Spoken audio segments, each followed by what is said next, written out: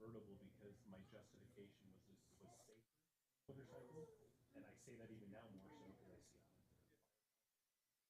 I see people that get into accidents in motorcycles. And I'm like, yeah, I'm glad I.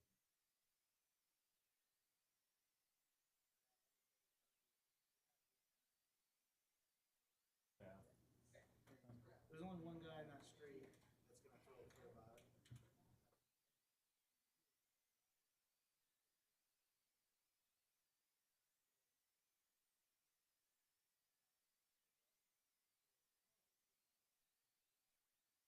You're on Georgia Street. I didn't put that to. I didn't put that together. Yeah.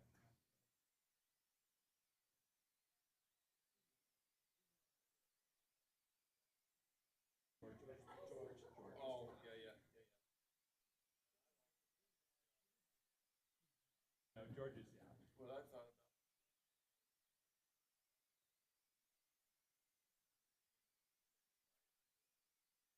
Cross Street right there comes up.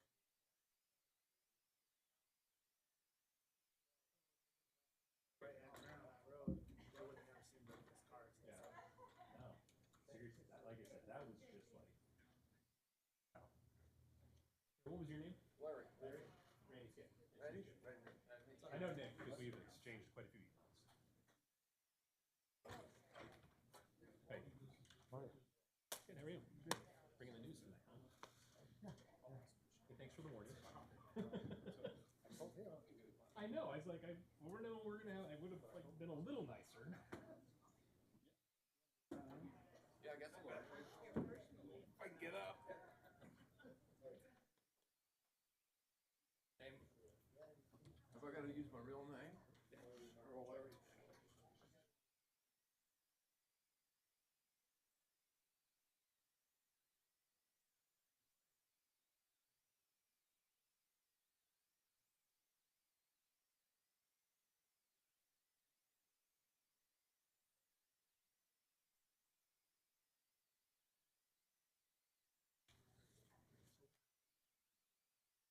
How do I know him? Yeah.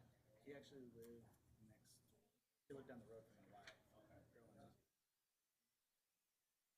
Oh, Kevin. Yeah. So anyway, yeah. Like, That's how I know him. okay. Yeah.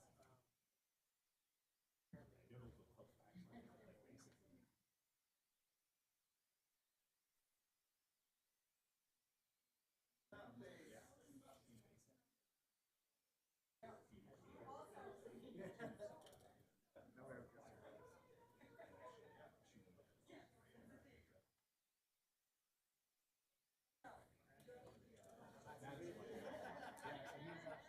He's actually a good friend with my father. He's also a landlord. He may be hearing me too. He's upset about the graffiti that's being tagged down there. Philip Smith. Paul's know him. They're in the same congregation or whatever.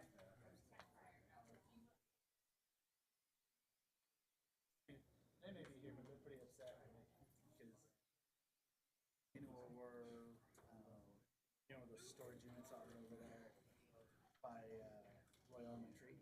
So there's a couple duplexes that are lined up where Roy Elementary is. I can't remember the cross street, but I guess my mother-in-law called Roy PD about it. Owners, it's an owner's problem. No one, he doesn't enforce it. It's just going to invite more and more of that type of activity. Right. You know, whether the city says, "Hey, you need to paint it," or Right. Well, so this is actually a conversation we had about murals. Was it you that I was talking about murals? Like where the graffiti?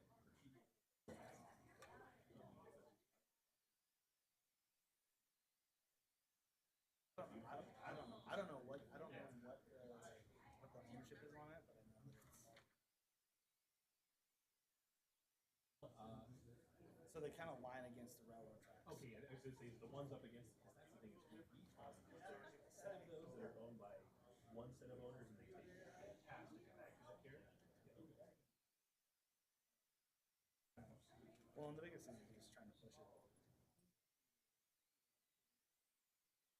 Write a ticket for it, either clean it up or let us clean it up. Yeah. You know what I mean?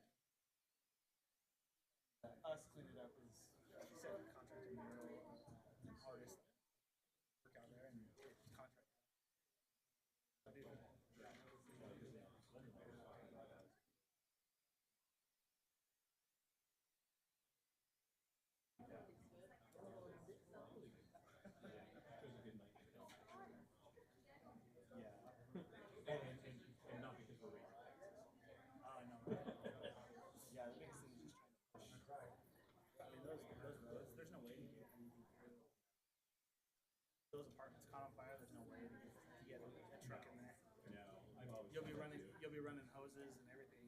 Yeah. Or if there's a medical emergency, Right. you're gonna have to get that gurney from down the street. That is run it up, yeah. So yeah, I mean, even if you paint one side and for 40 feet, and then paint another side for 40 feet, At least break it up so you can that in and out. at the very least. Yeah. But a couple of those properties that are on that road are long gated, or like longer Right. properties. So if you did that for like one property, break it up. Yeah. But the problem is you get people parked right on the stop sign. And All right. You are correct. Right, Brandon? A can of paint is a lot less expensive than a speed bump.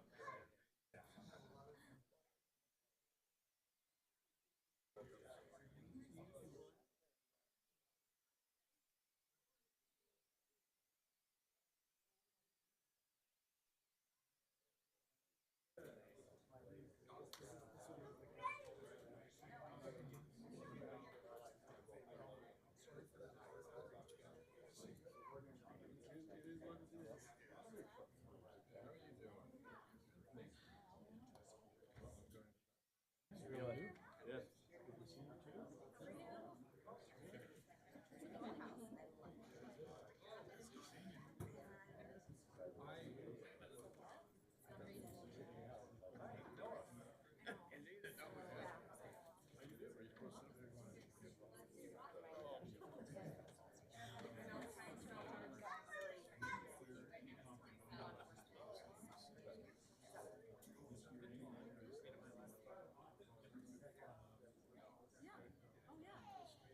Oh, did you? Okay, good. And then that study too. Get a little jealous. no, you're totally fine. You're fine. Really good to see you. Yeah. A little bit. Yeah, so it'll be fun to be here. Thanks for letting me come. Appreciate it. Yeah. And we'll turn over to the chief. Yeah. And then he's gonna basically pull and take you in that game. Perfect. Yeah, sounds good. Yeah, thanks for having us. And then I think you're gonna attend the meeting. Because there's some lots of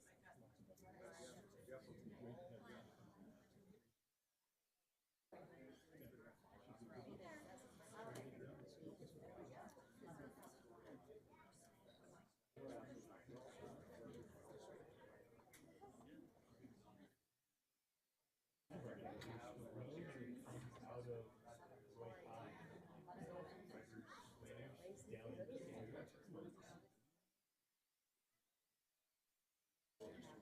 yeah, that's right.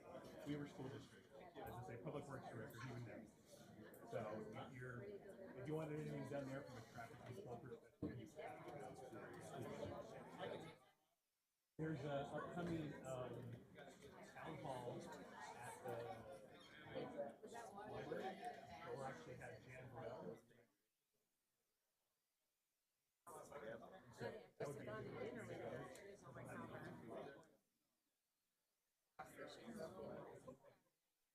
We'll go sit on the official standalone.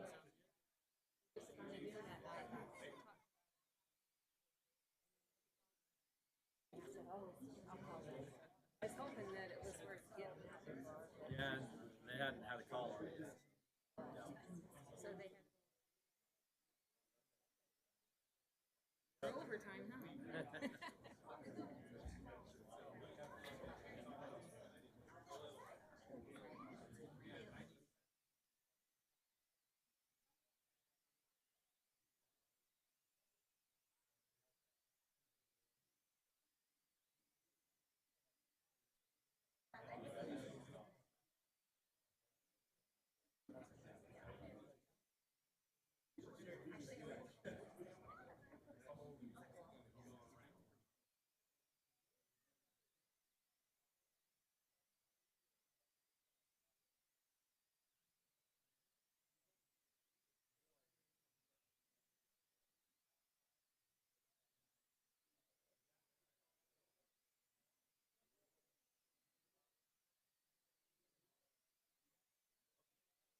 And correct, I didn't know it was heavy.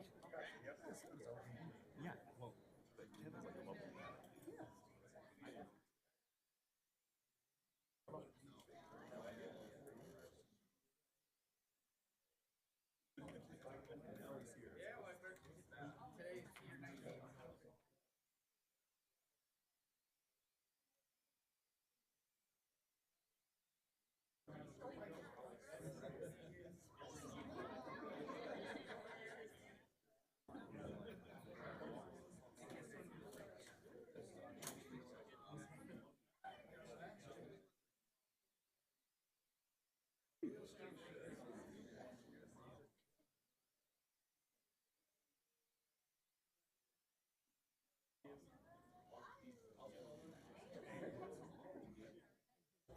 said, how was he? He goes, well, he didn't take the loss too good. I said, well, I'm glad he killed him. It was a little scary there for a moment, but.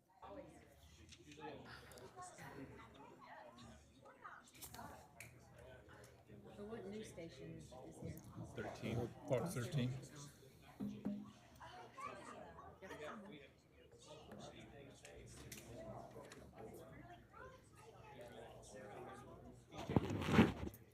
Joe, what we're going to do, and I know you do you like to do the adjournment. What we're going to do is we're going to go into closed session, take that vote, go into the meeting, have the conversation, reopen the open meeting, and then I'll call for a motion. Okay.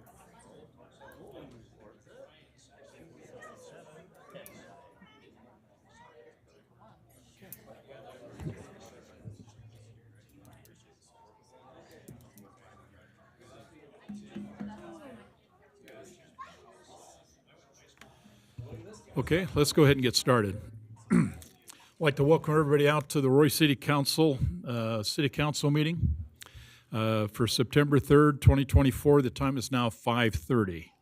I want to recognize and welcome that we have Councilmember Saxton with us tonight, Councilmember Jackson, Councilmember Joe Paul, Councilmember Scadden, and Councilmember Sophie Paul with us tonight. We've asked Councilmember Scadden, if you'll go ahead and lead us in a moment of silence and the Pledge of Allegiance. Randy?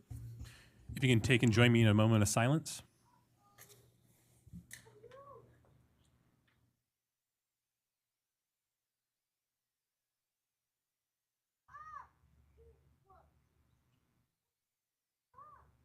Thank you. If you'll say the Pledge of Allegiance with me. I pledge allegiance to the flag of the United States of America and to the republic for which it stands, one nation, under God, indivisible, with liberty and justice for all. Thank you. Thank you, Randy.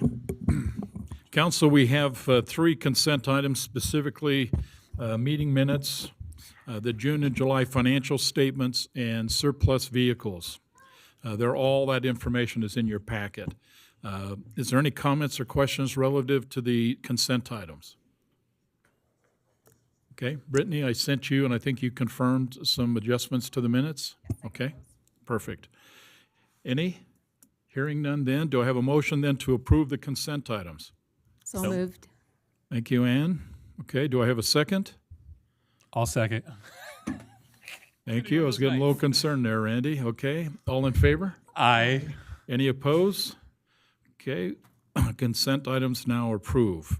This is the public comment period. If you have something you would like to share with the council, please step up to the mic, give us your name and your address.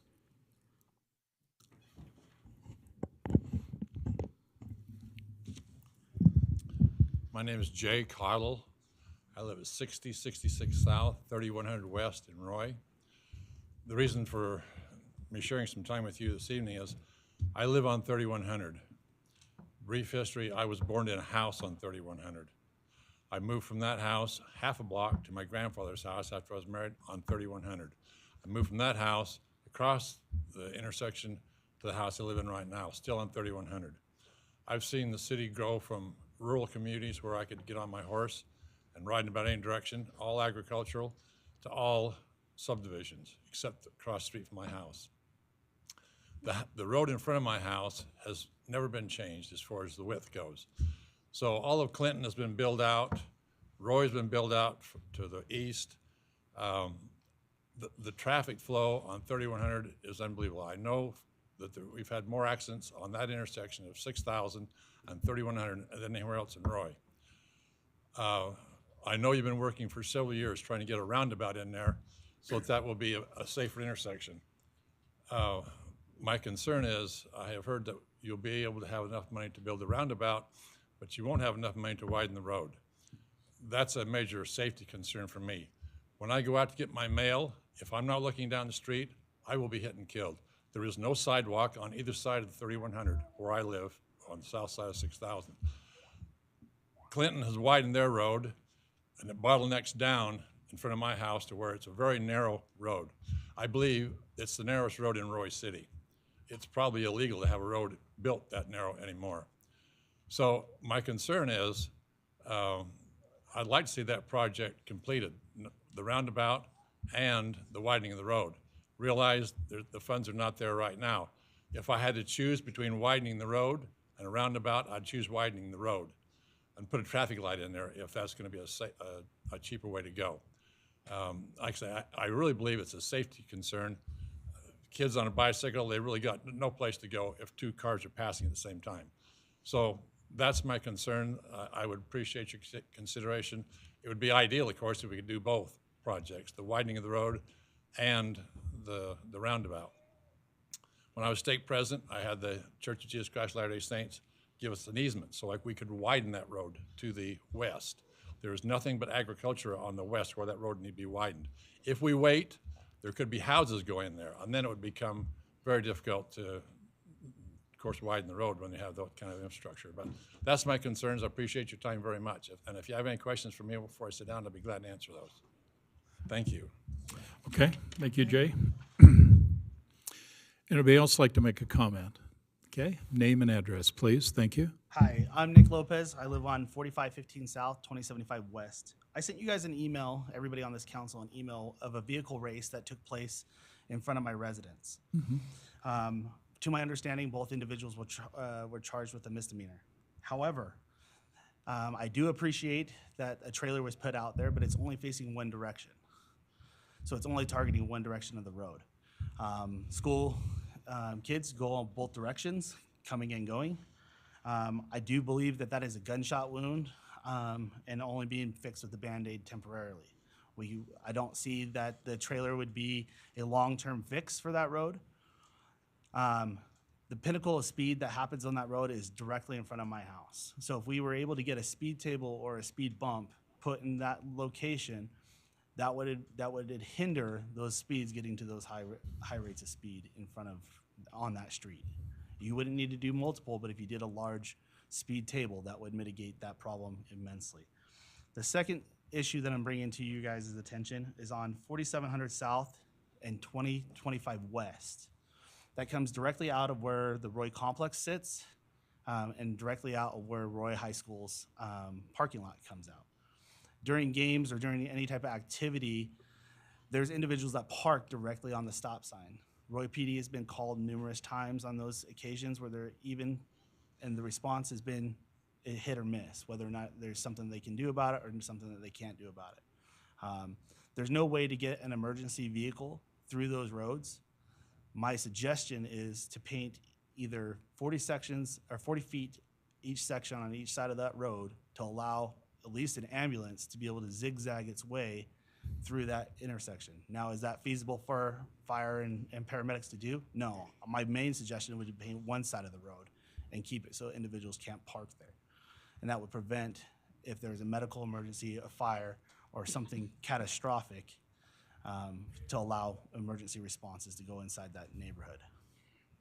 And that's about it for me. So you're talking about the road that feeds right into Roy High Parking lot? Correct. Yes. Yeah, so I if know you- that usually paramedics come up through Sandridge Park, and there's a way where they come up through there, and they usually sit down there during our games. And that's great for the high school. But what happens when your residents that live on those streets have a medical emergency? You get Yeah. to push a gurney half a city block? Right. I don't think that's feasible. Yeah, I've been on that road after games, and it is pretty crowded. It's So- it's not only crowded, but it's dangerous. Residents can't drive down the road to even enter their driveway because there's only one car span to get Right. up there. So you're worrying about people backing into other people's cars, especially on that curved bend. Yeah. So it's just something I suggest that needs to be looked at. I know that we've only got a few more weeks of possible warm weather to make that paint be able to stick. But the speed bump, I don't think we can wait throughout the school year to let that happen. It's just going to continue to get worse as more youth get their licenses throughout the year, and it will be more ambitious for them to be able to race down those roads. So thank you for your time. Okay, thank you. And thanks for sending the video. I finally got it to work. Okay, anybody else like to share a thought? Name and address, please. My name's Laurie Wolsey. I live out across the street from Nick. And I I'm here to reiterate the kids coming down the street from the high school. Somebody's going to get a kid killed or a grandchild or something. They go way too fast. And I don't know how many times I've screamed at them. And I know they hear me because I got a pretty loud voice. But with the new speed sign that Nick had initiated, I walked across the street and stood behind his rose bushes and watched these kids come down the road. I'll be over half of them. They were still speeding. Even when they got to the sign, they were still going over 25 miles an hour. Now, I get it. Kids are hot on the like all of us were when we was younger. But city streets, it's not a place to be racing cars, especially after this drag race that Nick recorded. And I was at home when it happened, but I guess I didn't hear anything because I'm half deaf anyway. So, but the point is, if they want to race, go out in the country somewhere. Get away from populated areas. They can run the car off in a ditch or something like that. You know, hopefully nobody gets killed. But one of these days, either his daughter, some of my grandkids, some of the other people's grandkids, they're going to lose a child. There's just not a doubt in my mind. And where the street comes down to a T, and there's a stop sign there, one of these days they're not going to stop. And there's a house right across the street from it. They either go in the house, or they go in the garage, or they go in both of them. And some of those guys get cooking pretty good down that road. They really do. So it'd be nice if we could get something. I know I volunteered my driveway more than once for officers to sit in it. I'll even put my truck there so they can't see it, so they can write tickets. And I think the only way you're going to get to the bottom of it is start hitting them in the back pocket.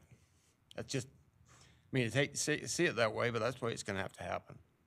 And, you know, hopefully nobody will get hurt in the interims of it all. So, okay. Appreciate the input. Thank you. Thank you. Okay. Name and address.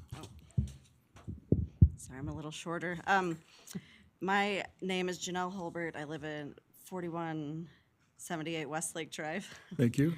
I have actually 4 things to talk about really quickly. So I noticed that they're connecting the water from the new subdivision at the end of Westlake Drive. It's the cul-de-sac at the very end of it. And that is an area that our neighborhood has been using to get up to the trail for years and years. And so while it's all, you know, ripped out and everything, I thought I would suggest this, and I realize this is a process to go through and it can take time and money, so I realize this may not be something that happens right down the road, but I just wanted to suggest that we put some type of walking path that goes up to the trail there at the end of the cul-de-sac. And I know that there's, you know, different things that go with that, but that's just a suggestion. Also on 4,000 South, as we know, West Haven is growing and there will become more and more traffic on that road, especially for people going up to the schools and the library, or if they need to go to 1900 for whatever reason. And so I just wanted to present the possibility of maybe putting a turning lane further up the road. There's a little one that closer to Midland, but I think it would be beneficial to reach further back up the road. And so I realize that may not be a possibility depending on the size of the road, but I don't know the measurements of the road or anything like that. So this is just a suggestion. If it's a possibility, it would be a fairly inexpensive possibility that could help the traffic in that area. And then also I have, I noticed in the city general plan that the city is actually broken into neighborhoods. For instance, where I live, it's called Midland Farms, and there's some other places like Cedar Crest and all those different places. And at least in my neighborhood, we've had a neighborhood watch that's been active for years now. And I think that it could be a great idea to use those different areas of the city that are already predetermined to start some neighborhood watches, give some training to some of the neighborhood people that want to be involved.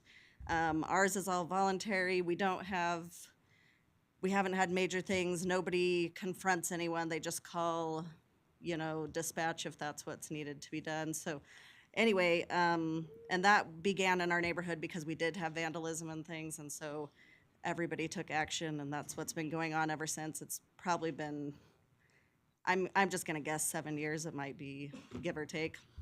And I also just like the idea of neighborhood. I think we can keep that small town feel in our bigger city now with those neighborhoods and having maybe more activities within those neighborhoods, like that the city doesn't necessarily have to pay for, but would help maybe get that kind of going, maybe just like a committee type of thing, and then kind of let people do what they want in their own neighborhood areas, but just an idea.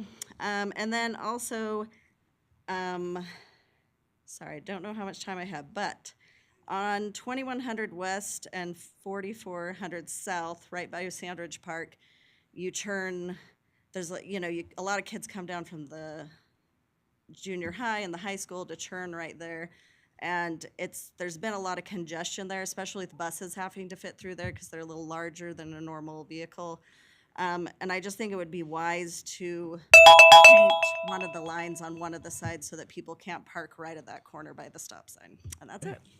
Thank you. Anybody else like to share a thought? Hi, name and address, please. Debbie Smith, and I'm a landlord. I own the property on 5529 South, 2800 West, and across the street from our apartment, the fence got tagged. I called in Roy City Police, and they were pretty rude and said that wasn't their responsibility. I know that in Ogden, as soon as something's tagged, you need to get it cleaned up, otherwise it's gonna get tagged down the way. 2775 is a bunch of storage units, and it is tagged the whole way down. So it just started on one end and worked its way down. Roy City has nothing to address graffiti or tagging, so I don't know what we need to do to get that cleaned up. Okay. To answer your question is that there was a program one time that I remember where we basically took youth that were going through courts issues, and they would do cleanup. The concern I have right now is I can't tell you where that program is or if it's still in existence. So yours and the other properties you mentioned, it's not the first time we've had tagging in the city. Certainly where we find opportunities to basically apprehend and deal with the individuals, which is unfortunately probably rarely, we take action. But I think to your point would be is the council and the staff need to see if there's options or ways by which we can help residents and property owners to deal with the damage. Correct, because otherwise if it's not cleaned up, then other apartments or places are gonna get tagged. We have a suspicion on who those kids are. They're moving from California gang wannabes, but can't prove it because nobody has cameras around there. But like I said, Roy City referred me to Weber County Sheriff's, and they used to have a graffiti task force, but nothing's happening. So I'm just kind of in limbo thinking, okay, something's gotta be done. Well, I'll certainly go ahead, and we've got everything we've been talking tonight. I take actions, okay? So we'll Perfect. definitely look at that, okay? Okay, perfect, thank you. Anybody else? Okay, we got two, but name and address, please. Dave Young, 4870 South, 2575 West. I've read the packet on this airport overlay and zoning changes. Yes, sir. And it's very straightforward, but it doesn't really say why. Is it to, in the future sometime, allow for the airport to expand out? Or is it for Roy City to try and keep the airport from expanding in the future? It's not clear. Don't know where the impetus for this came from other than we needed one. But it just doesn't say why we needed one, and probably came from city planning and zoning.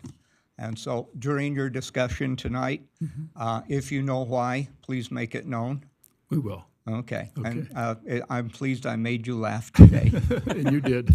Okay. Oh, and in the vein of the movie Julius, I won't suggest a new slogan because you've already heard it. By the way, Dave, House Bill 206, 2023. Okay. Please, name and address, please. My name is D. Gledhill.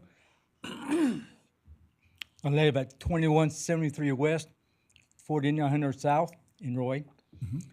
And I'm here to thank you, Mayor, and the City Council members.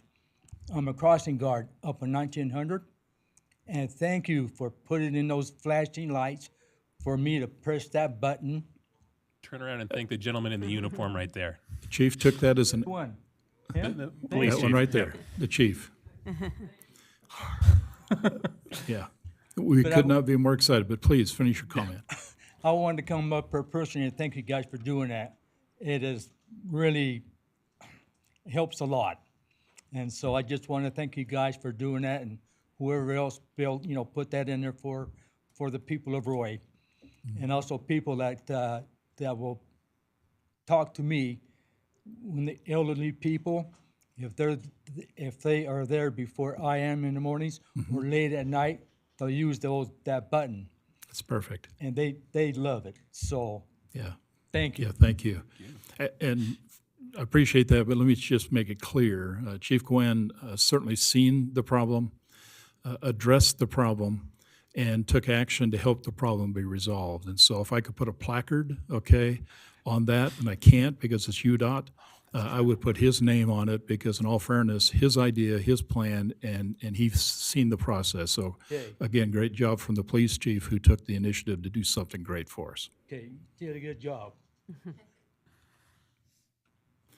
Anybody else like to share a thought? Name and address. Dennis Brown. I never got to come to the meeting 2 weeks ago about taxes, and I hate to talk about it, but I did watch the meeting twice since that time, so I got plenty of sleep after I got through watching it. I just had a couple of recommendations. I just want to tell you thank you for lowering the property tax rate 2% approximately. But Matt, here's just a couple of recommendations, so to try and keep the property tax from being increased next year that I came up with. We've lost the Wendy's, we've lost the 7-Eleven, and approximately 60 to 70 homes and businesses along 6000 South.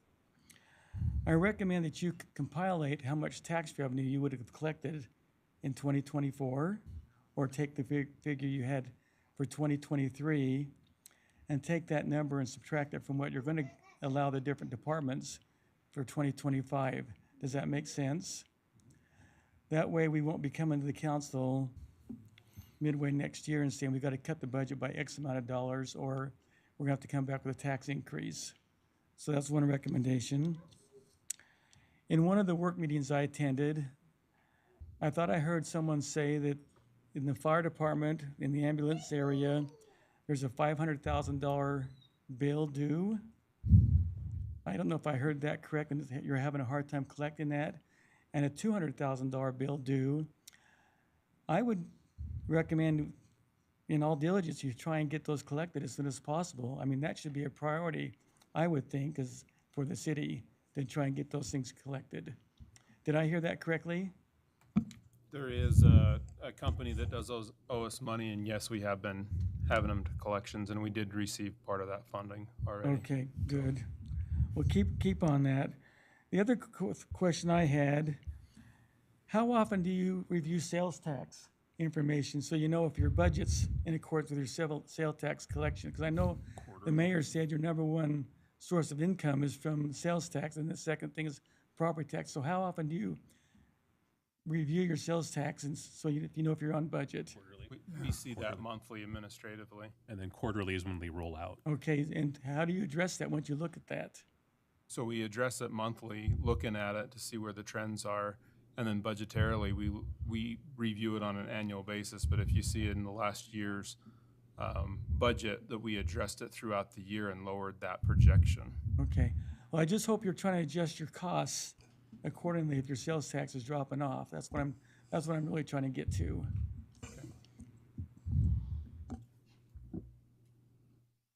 There's one last, two other things I have. I attended the Salmon Bake, which I thought was very successful. I enjoyed it, and I was a volunteer there. Brian asked me, and Ann asked me to participate in that. And we had a lot of, I think Brian probably had 10 to 12 volunteers there. Maybe next year, if you have the salmon bake, we try and get more volunteers. I know I saw a lot of city employees there participating, and I don't have a problem with that, but we were probably paying those city employees time and a half, and maybe we didn't need as many as we had at the salmon bake. Just something to think about. I saw that Cindy Wyndham in the meeting, she mentioned, I know we have Brody as assistant city manager now. She talked about that position being eliminated if the sales tax is not maintained, but he was hired to be, I'm trying to think of the term, economic development person. With the interest rates being as high as they are, I don't see much of that happening. That may be somewhere you need to look at. Okay, thank you. Thanks for your input. Okay. Anybody else like, right up, name and address, thank you. Jeff Howell, 4851 South, 2250 West. I have three things, and I'll just put them out there, and then I'll let you guys respond to them so we stay within the 4 minutes. But first of all, I wanted to thank you for solving the cemetery problem, but on the website, I can't figure out how you solved it. And in the Roy City Connection magazine, I never see anything about it. So, which leads into my next item. Last night, I listened rather to the proceedings of the previous month that's recorded to go through, understand the budget and whatnot. And a lot of people came up and they voiced issues with various things, not just the budget. But I also, on the website, I don't see anywhere where it tracks a backlog of issues and how they're grouped and who's working them. So I'm wondering what's happened with all the speeding problems, what's happened with, the parking issues, what's happened with the code enforcement. You can't find that on the website.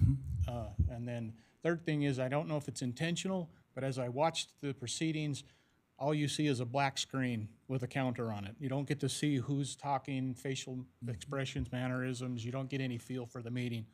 It's just a set of voices and a ding, ding, ding every 4 minutes. So We hope we fix that today, because we had a problem with a piece of equipment, but I was told that they found the problem and it's been corrected. So best thing I would do, if you got a phone, pull up YouTube and see if you can see people versus black strings while you're sitting there. Okay. Because we can't see it from here, but certainly it would be an odd city council meeting if you're viewing it from YouTube at home and you can't see anything except that number. Yeah, it's a little annoying. Okay, so cemetery. Can you give me an update?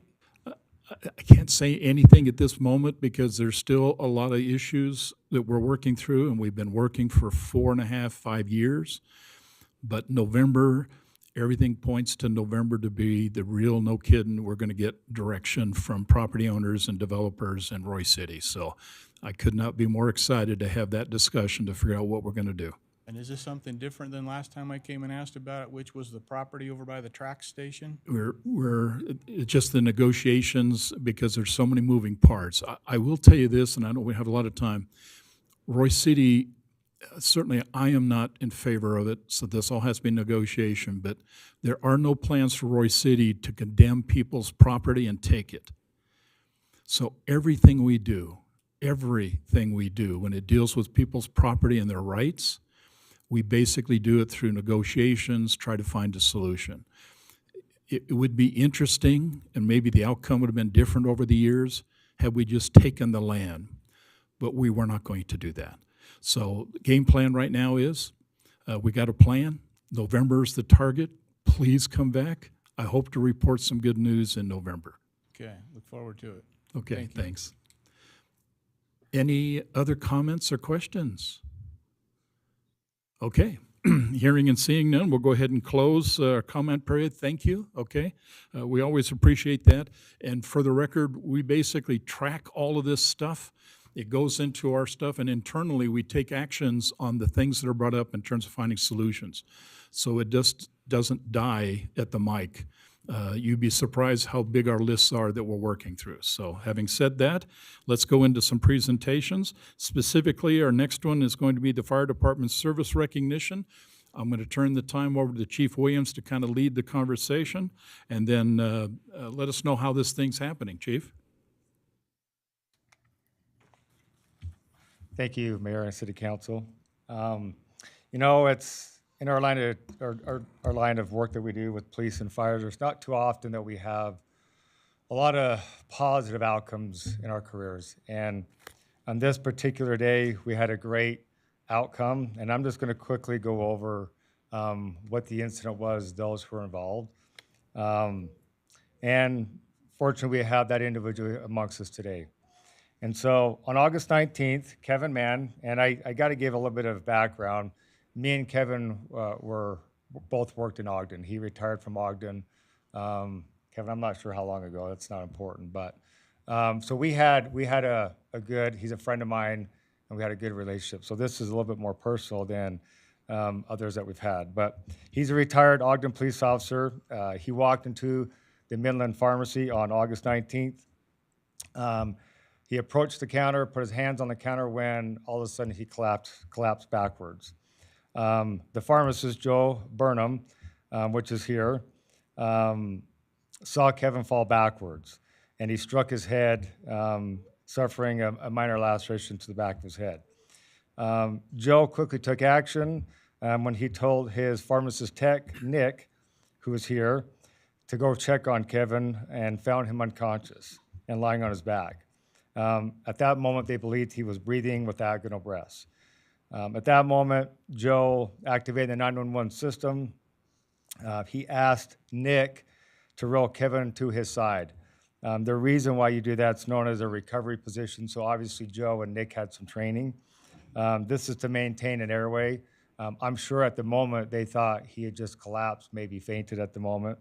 I don't think they had any notion that that Kevin had gone into cardiac arrest. So when Nick rolled him to his side to put him in this recovery position, they had recognized that Kevin had stopped breathing. So Nick was directed by Joe to start chest compressions, which he did. After dispatch was activated, CPR was activated, Joe came around the counter and took over the CPR, which he was giving, and started to give rescue breaths. Soon after, Roy PD arrived and helped with the CPR and took over the CPR. This officer was Trace Benson, which is here.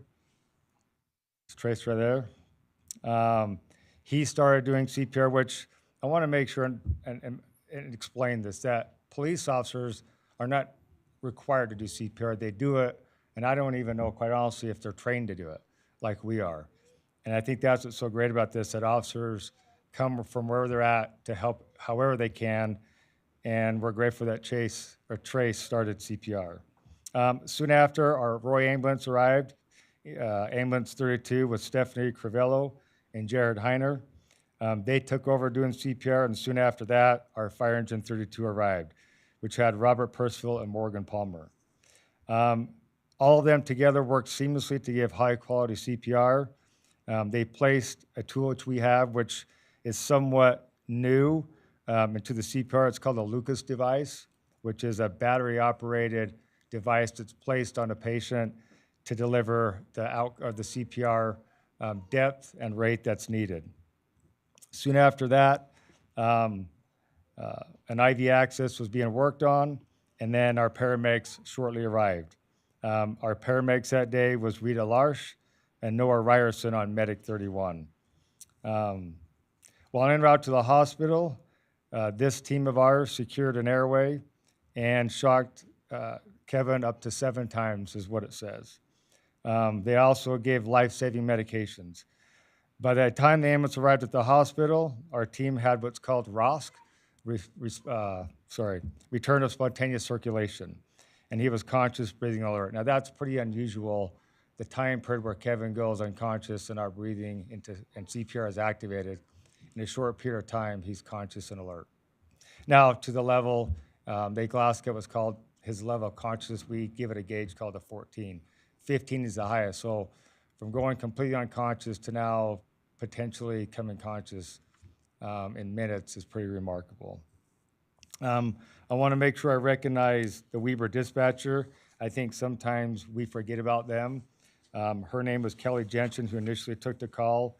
I'm sure guided the pharmacist to initiate the CPR and to get us coming. So in all, a life was saved through the efforts of these remarkable people. Was this a miracle? Perhaps it was. And if it was a miracle, it's because of the critical thinking, well-trained dispatcher, the pharmacist who took action, the nearby police officer who came to help, and the fire department who did an amazing job and executed their jobs perfectly. And lastly, Ogden Regional ER staff who continued with the patient to get him where he's at today. So I, with all of you, would like to thank each of them for who they are and what they do day in and day out. The City Council, you're among the finest people there are. And today we like to say thank you to them for the heroes that are among us. And just again, to remind, or just to go over the names, the Weber dispatcher, Kelly Jensen, from the Midland Pharmacy, Joe Burnham. Do you mind standing? Is that okay? I think it's appropriate so everybody sees you. I don't think Kelly made it. I think she was working. But the pharmacists, Joe Burnham and Nick Lucas from Roy PD, Trace Benson, Mason Ward, and Dan Tubbs. Wait, come on. There, right. Yeah, you're okay. Get in here, Tubbs. Good one. From the Roy City Fire Department, Stephanie Crivello. Okay, sorry. Jared Heiner. Rita Larsch. Noah Ryerson. Robert Percival. And Morgan Palmer. And then lastly, from Ogden Regional, Dr. Bass, which isn't here, Christina Palmer. Did she drive? So these are the individuals who saved Kevin, and at this moment, I want to thank Jeff Como and Ogden Regional. They're the one who kind of drove this. We do have these happen, not frequently. I've actually had 3 before this, but I want to really thank Ogden Regional for taking this opportunity to recognize everybody who was involved. And before I'm going to turn over to Jeff Como for the award. I'd like to give a few minutes to the patient, Kevin Mann, who's here with us today, to come give us a few words, to have the opportunity to address you as a council to thank our first responders. Sure. Well, certainly glad to be here. So, you know, I've been thinking about exactly how to thank everybody. And obviously, words can never measure up to exactly how I feel. I know that from, you know, serving in law enforcement, that it is sometimes a thankless profession. And I know that EMS, you don't get any recognition often as well. But I thank each one of you for what you do, what you're willing to do, the love that you have for your job. And even though a lot of times you pat yourself on your back, you know, pat yourself on the back for a good job done, I just want you to know that I'm very appreciative of everything that you guys have done for me. You're the reason why I'm here today.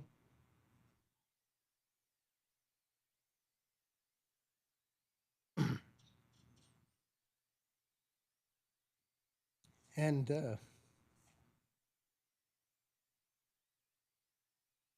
thank you doesn't do it justice. You all, oh, you saved my life. So I thank you.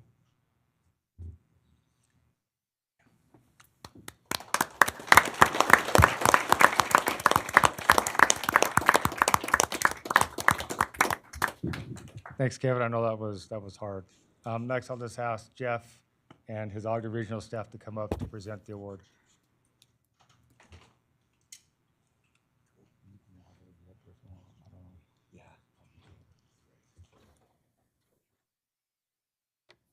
You want to stay up? I'll have you help me hand stuff out. What's up, Chad? Mayor Council, thanks for having us. We really appreciate it. Some of you I know it's actually bittersweet to sit in this council chamber, so it's kind of nice to be here. I know a lot of your faces, so this really hits home to me because obviously this is where I grew up and I ran my career for many years, so it's fun to be back here and celebrate all the great work our first responders do in the field. I'm lucky that I still get to work with them every day and recognize them for the great work they do, not just at Roy City, but throughout our whole county. We do some amazing, amazing things, and we work great as a team. So thanks for allowing us to come out and do this.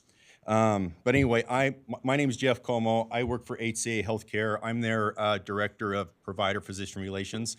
I cover the Utah market. Ogden Regional Medical Center is a hospital that is one of the hospitals I cover. Just want to give a little bit of background. So according to the American Heart Association, sudden cardiac arrest is one of the leading cause of death in the United States. It affects about 356,000 people annually outside of the hospital setting. And just to give a little bit of perspective to that, we have about 270,000 people that live in Weber County. So that's how many people go, over that amount of people go into cardiac arrest every year, just to give you some perspective on what that looks like. The survival rate for a sudden cardiac arrest is approximately right around 10%. So if you happen to have a cardiac arrest outside the hospital, your survival rate's about 10%. Luckily in Weber County as a healthcare system, we hover just above the national average within our county, which is great. And there's a lot of reasons for that, and I don't want to get into a ton of those, but how do we continue to improve outcomes? We do it by ensuring rapid intervention through early bystander CPR. As the chief mentioned, Chief Ruin talked about, Kevin received immediate CPR from a bystander, which makes all the difference. We do it through prompt AED use, advanced equipment like mechanical CPR machines that Chief Williams also talked about, better coordinated CPR processes and efforts both in the field and within the hospital process. That's how we continue to keep driving. We do a lot of training with our EMS partners to make sure our processes are strong and work well, and we're always trying to figure out ways we can improve and do better. And we're constantly doing those things as a full healthcare system within our county. We're super lucky to have that. So just a little bit of the background. Chief Williams covered a little bit of this, but on August 19th, Kevin collapsed and received immediate bystander CPR, which was then continued by Roy City EMS. Roy Fire and PD worked on the patient for about 14 minutes before transporting him to Ogden Regional Medical Center. During that time, the patient received an interosseous access line for medications, 7 defibrillation shocks followed by advanced cardiac life support protocol, and achieved return of ROS, spontaneous respirations, prior to arrival at the hospital. So the EMS crews did a great job. They were super fast, they got on scene fast, and they were able to get what we hope we get in a cardiac arrest patients with, which is ROS. That's our whole goal in the EMS world. With that, upon arrival at the emergency department, the patient was responsive and reported chest pain. Despite the absence of a STEMI, which is what we call an ST elevation myocardial infarction, which is a heart attack, Kevin underwent a lot of CT scans and other tests to rule out causes. He was taken to the cath lab. There was no clear mechanism for any of his cause. The patient was found not to have any cardiovascular disease, and he returned to the cath lab and had a device implanted to help him in the future if he ever has an issue down the road. And then he stayed at Ogden Regional Medical Center for a few days and participated in our cardiac rehab up there. So our mission at HCA Healthcare is, above all else, we're committed to the care and improvement of human life. At Ogden Regional Medical Center, we deeply appreciate the vital role our first responders play in serving our communities. We're committed to fostering strong partnerships between our EMS teams and our hospital staff, continuously working together to enhance our training, collaboration, and process to deliver high standard of care to all of the patients that come through our healthcare system. On behalf of Ogden Regional Medical Center, we extend our sincere gratitude for the unwavering dedication and commitment, and for always being there when it matters most. So we really want to give our gratitude for first responders, and thanks for the great work you guys did. Just want to introduce a little bit of our staff. This is Chad Wilson from Ogden Regional. I have Cassie, which is our ED director over our emergency department, and then I have Jake, which is our hospital COO, our chief operations officer. So if I can have Cassie and Jake come up, we'd like to extend our Life Save Awards to the first responders that were involved in this awesome event. So first off, we got Christina Palmer, which is the RN. And in that, we have these certificates. These are our Life Save Awards. Then we also have our challenge points that we give out with these Life Save events. So, thanks. Just walk through here. Robert Percival.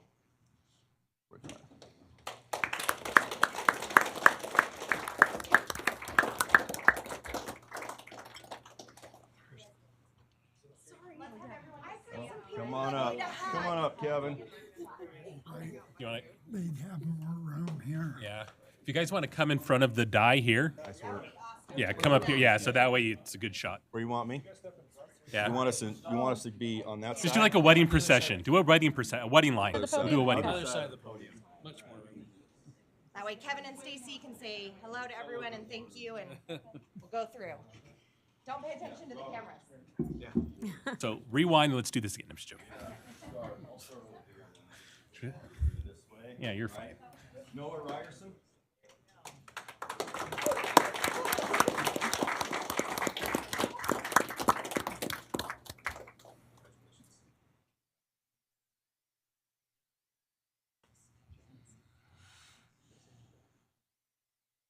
Morgan Palmer.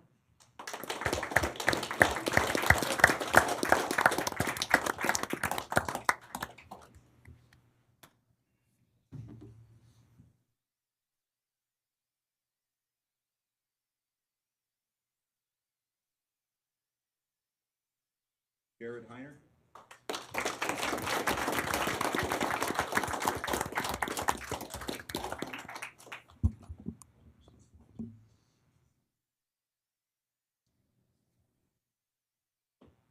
Rita Lars.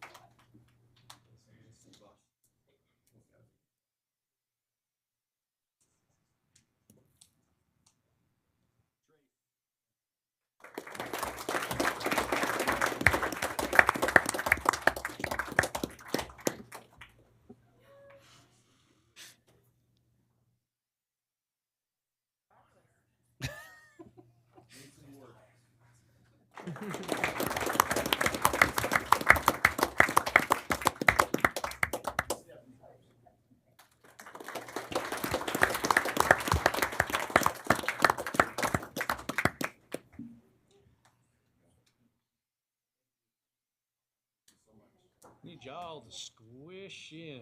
Thank you. Way more friendly. Joe, yes, you have to come.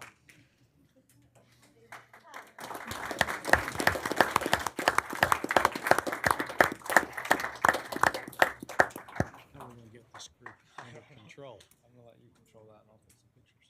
All right, you guys ready? Everybody look over here, please.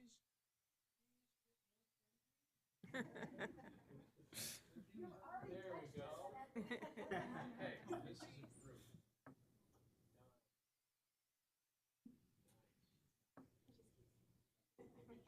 Autumn, you good? Yep. Let's do one final round of applause.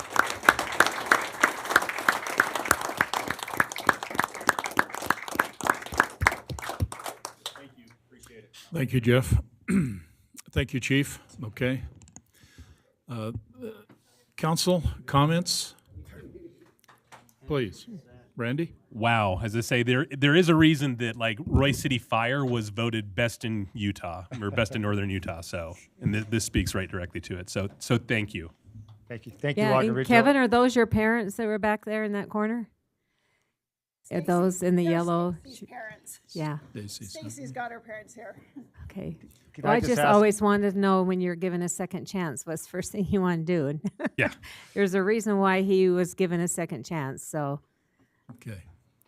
So just all the firefighters, families, if you want to step out, I believe there's, if you guys want to talk about it, I know Fox 13 would like to talk to some of you, so you're welcome to step out. Perfect. Thank you, Chief. Thank you. Appreciate Thank you. that. Any other comments, Council? Joe? Good Okay. Certainly, what we just witnessed here, Council, suggests is a great team, okay, saving a life. And I think from the comments that were made, that doesn't happen very often. And so, well done. As I say, yeah. Can I just say thank you for having the Lucas device on the ambulance? I know it's all about funding and some of these extra things. I've learned a lot about sudden cardiac arrest, more than I wanted to know. Yeah. And I'm grateful for the people that were there and the tools they had to work with. Kevin does not have broken ribs.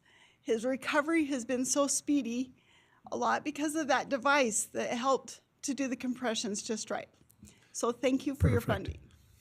Okay. Well, certainly a great testimony. Okay, thank you so much.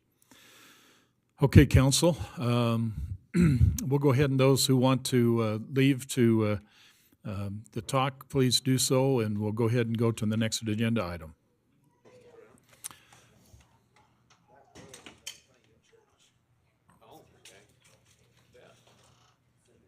Okay.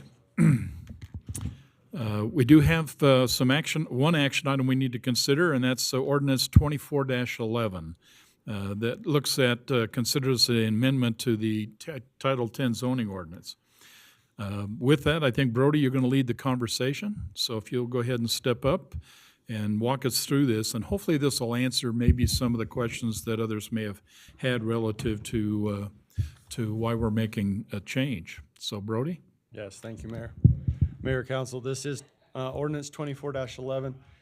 This is a recommendation from Planning Commission for a creation and implementation of what's called an airport overlay zone.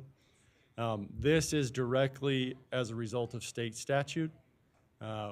All municipalities or entities that are within 5,000 feet of an airport are required to have this zone.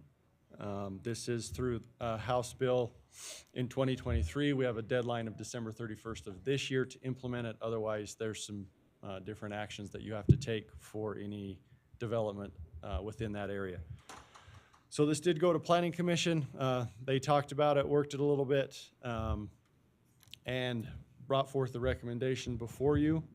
I will say I think there are a couple things that we could address that need to be added to this. But before we maybe dive into those, are there questions or concerns about what's before you right now? Council? Okay, I do have a couple, Brody. You might have seen those in the comments I sent to you. Yeah. Council, I sent a copy to each of you so you can kind of understand what I think I understand about House Bill 206 relative to a couple of interesting terms, which is airport influence area. How does that relate to what we're seeing? Certainly getting a visual of what the overlay would be because it is within a mile almost, okay, around that airport runway. It certainly affects a big piece of Roy. Interesting enough, it's also affecting basically all of Riverdale's residential. And so I would assume to be compliant with the House Bill 206, they would also have to do something very similar here. There was some issues and terms that come out. I send in the comments I sent to Brody and courtesy copied you that address some terms that I just didn't understand. And equally important was some reference to the FAA requirements dealing with 14 CFR, okay, Part 77, which is how the federal government governs, if you will, issues associated with municipal airports. There is one thing I will share with you. Everything that Brody just said is applicable to the Ogden Airport and any other airport, with the exception of the military base. The military is an exception to this House Bill 206. But interesting enough, this last year, they passed another legislative law that deals with what they call the Sentinel landscaping, which now says within so many feet of Hill Air Force Base, the cities and municipalities now have to start making changes to their zoning ordinances to accommodate those requirements. That's a whole nother discussion. Planning Commission, city staff are working that piece, but they're focusing primarily just on the impacts happening with the Ogden Airport. And so with that, there were a couple of pieces of this that I felt that needed to be added that was not in here. Specifically, how does the Air Force influence area that's called out in the state statute, how does that fit? Certainly mention FAA's requirements in terms of FAR 14 or CFR 14 and then Part 77. How does it deal with this idea about overflights? This one kind of shocked me if you read the law, because in essence these aviation easement requirements indicating that they have a right to fly over and, interesting enough, have a right to make noise. And that if, in fact, a developer or someone wants to sell or give to the airport their right to fly over the city, there may be some market value. There was some really nuances to this House Bill 206 that kind of surprised me, and I didn't see some of that inside of the proposed ordinance. And so I believe, Brody, if you're correct, you have been working this, looking at some of those things I've made comments on, and hopefully ready to hopefully make a couple of adjustments to the ordinance to, if nothing else, maybe satisfy my interest in terms of what I think House Bill 206 was asking us to do. So with that, and then of course, one major piece which was alluded to in the document but never seen, the overlay. This is interesting. The overlay is 5,000 feet around that thing. What's involved? What's in that overlay? And obviously it appears there is one, but we just haven't had a chance to see that as we consider this ordinance. So I have some number of questions. I think I laid them out in terms of comments associated with the proposed ordinance as we've been presented. And I would like to see, in all fairness, some of those things that I have pointed out either added into the existing ordinance or at least some explanation of why they're not in the ordinance. And I think that kind of information will help you as a city council to ensure that that which you approve, whether it be tonight or in the future, we've basically got a good ordinance that is not only compliant to what Utah code basically says we're supposed to be, but more importantly, it's functional, it's useful, it provides some value, okay? So, council, that's my comment. Brody, you want to add anything or make any other comments relative to that? No, really, I think we can just go and maybe address your questions and then see if the council has additional questions from those. Yeah, if you can give me a crash course in what Bob is presenting. Crash course, you like that? That's nice, huh? I don't Airport actually. overlay. We Sorry. don't- Too we soon? don't- We don't want to Too use soon? the C word. So, I don't know, Mayor, if you want to just I can go certainly through your talk to that. questions, I have answers prepared. Okay. And then we can go through them. Okay, let's just walk through a few of these because I want to make sure we kind of look at this. There are a couple of documents that is relevant. So for me, I think maybe the real answer is going to be is what's found into Utah Code 72-10-4, which is the Airport Zoning Act. This is where the preponderance of what HBO 206 had done is it drove it into Utah Code 72-10. And it calls out some very interesting, not sure I understood, okay, terms that came out of it that are foreign to me. And having at least a little experience in terms of airports, I was somewhat. And one would be certainly what does the airport overlay zone look like? I don't know. I think in the document I sent you, Brody, I gave you the picture of how Hill Air Force Base looked at those concaves, those airspace above the airport. And that's what I believe the overlay is going to do, but I don't know what it's going to do or what it is. And I can address kind of the map question. Staff, quite frankly, didn't want to create a map only to have changes here tonight and redo a different map. Okay. So we're kind of waiting to see what language is approved, and then we would create the overlay that would actually be one of our official zoning maps. Okay. So that is the reason for that. And specifically, the overlay zone, and this is my understanding of it, we are talking about Royce City's ground. right? What can happen, what zoning things are allowed under, in this area. The flight paths and those kind of things are probably something that's gonna come maybe with that Sentinel, other obligations that we have to do. So the,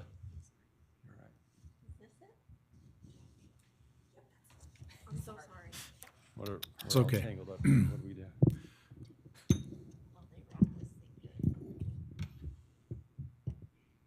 So what I think Brody was indicating would be is that they're still evolving with the overlay map. Right. And it will be adjusted, it will be created based on the outcomes of this conversation, and more than likely a conversation that may take place with the Hill Air Force Base, because there is a law out there that talks about an overlay that's supposed to happen in the city associated with Hill. Right, and I think, and, you know, the part with Hill comes later. I think this one specifically is the city's requirement to zone to certain standards set by the FAA and the state for the property, the physical property in Royce. So Okay. that's my answer to that one. Yeah, and then the key, which I couldn't find but anywhere but in the Utah code that talks about airport influence area. And by the way, I was asking the question, is there a correlation between the airport influence area as defined in the Utah code and the horizontal zone that FAA defines around the airport? The measurement's pretty close to the same, but I didn't find a correlation. Right, and the way I get it from reading the statute is that the term airport influence zone or area, airport influence area, is basically the state's way to tell municipalities who has to do this. Okay. It does not comport with the horizontal zoning requirement. The airport influence area is only used by the state statute to talk about who has to do the airport overlay zone. Okay. And So that's my reading of it. Like our ordinance does not even use that term because as far as we can tell, not as far as we can tell, we're clearly in an airport influence area, so we're required to do this. Okay. Okay, interesting. There may be another comment on that here in a few seconds. The avigation easement, that's a term that is widely used in the airport world, but it's certainly not found in our ordinance, but it is found in the Utah Code. And specifically, it means an easement permitting unimpeded aircraft flights over the property subject to the easement to include rights. And this is where it kind of got me kind of really curious about this, Brody. It says to create or increase noise or other effects that may result from the lawful operation of aircraft, and to prohibit or remove any obstruction to such overflight.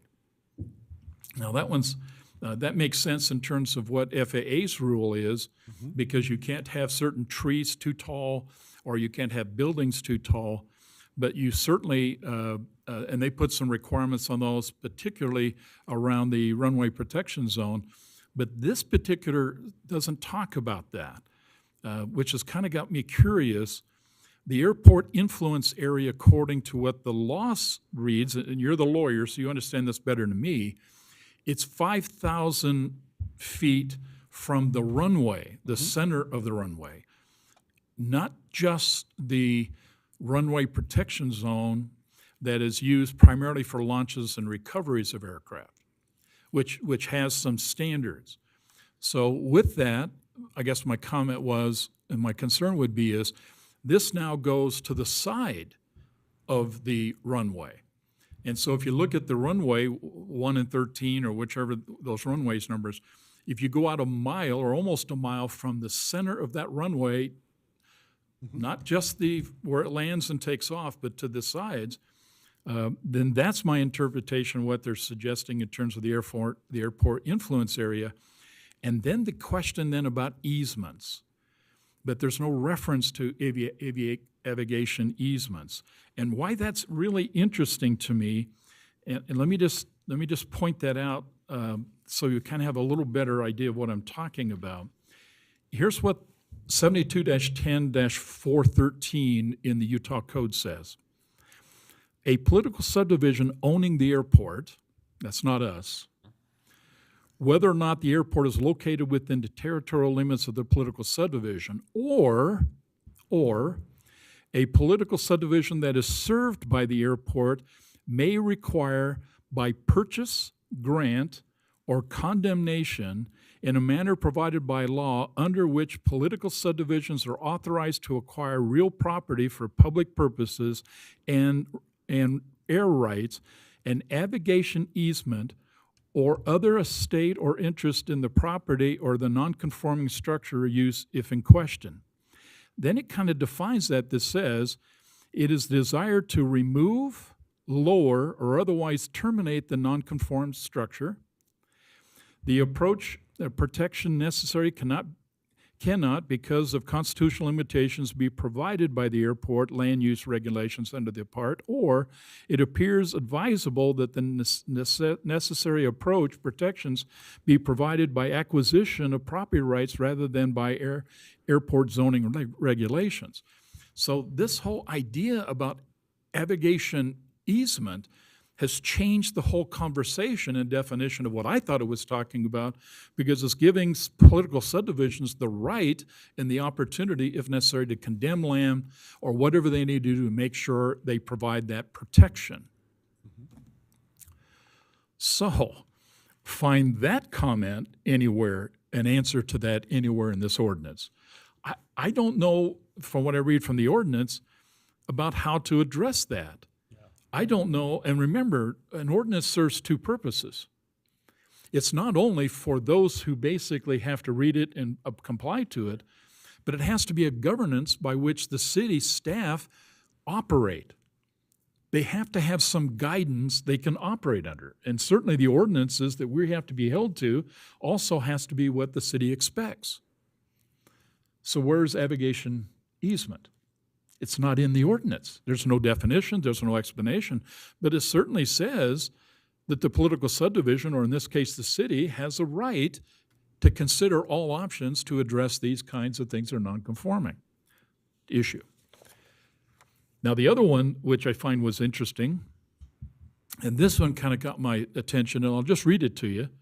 This is out of the statute. This is 72-10-403. So now we're talking about airport zoning requirements.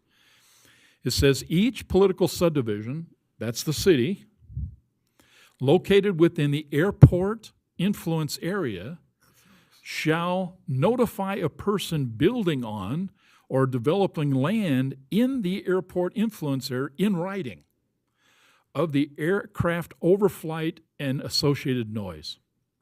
So here's why this is important. To the best of my knowledge, and I wish I had a map to verify this, but I think I'm pretty close, any development that's going to take place in the train station area, I think is within that mile of that runway. So when they start to basically do any development there, and UTA has some ideas, I suspect, we certainly approved a station area plan for that area, any development, the subdivision, or in this case, the political subdivision or the city, is required then shall notify the building, notify a person building on or developing land in the airport influence area in writing that you're going to have some noise. That's what it says. And then it says, and they shall adopt an airport overlay zone conforming to the requirements in the chapter and to 14 CFR Part 77. Now, if you read that ordinance, there's no reference to the FAA standard anywhere in there. It does correlate to some of the current requirements found in the policy, the federal policy, but it doesn't reference any of that. And then it says this, it says they shall require any proposed development within the airport influence to conform to 14 CFR Part 77. Now, that just basically means the ordinance, in my opinion, should also tell the developer, tell the landowner, you've got to look at this federal statute and make sure you're compliant with it. Okay, that's what it says right there. Shall conform. And last, and this is the last piece, so there's no confusion. It says the city may, as a condition in granting a building permit, subdivision plat, or request zoning change within the airport influence area, require a person building or developing land to grant or sell to the airport owner, this in case Ogden Airport, Ogden City, at appraised fair market value, a navigational easement. None of what I just mentioned to you is found in our ordinance. And yet there's a state law. It clearly says. And if the city staff is then required to manage any type of development in terms of the airport influence area, then it has to be compliant to state law. There ought to be something in our ordinance that tells them that. Or if you as a developer or landowner want to basically build any property within that airport influence area, you ought to be able to go to city ordinance and you basically ought to say what you're supposed to be able to do. What I just told you is found nowhere in that ordinance. But it is in state code. Yeah, and I would say to you with that comment, because I think I know where you're going, then at least why doesn't the ordinance reference state code? Why doesn't the ordinance at least reference that you look at the federal law and reference that? And that is going to change, and let it change. But before they basically break ground, before the city issues a building permit, at least the ordinance ought to go up there and tell them, at least do this. And if you think that's foreign, the fact of the matter is not. A lot of our building codes are hinged on national standards. And they don't spell out everything in them. What they do is they simply says, look at the national standard on how to do plumbing.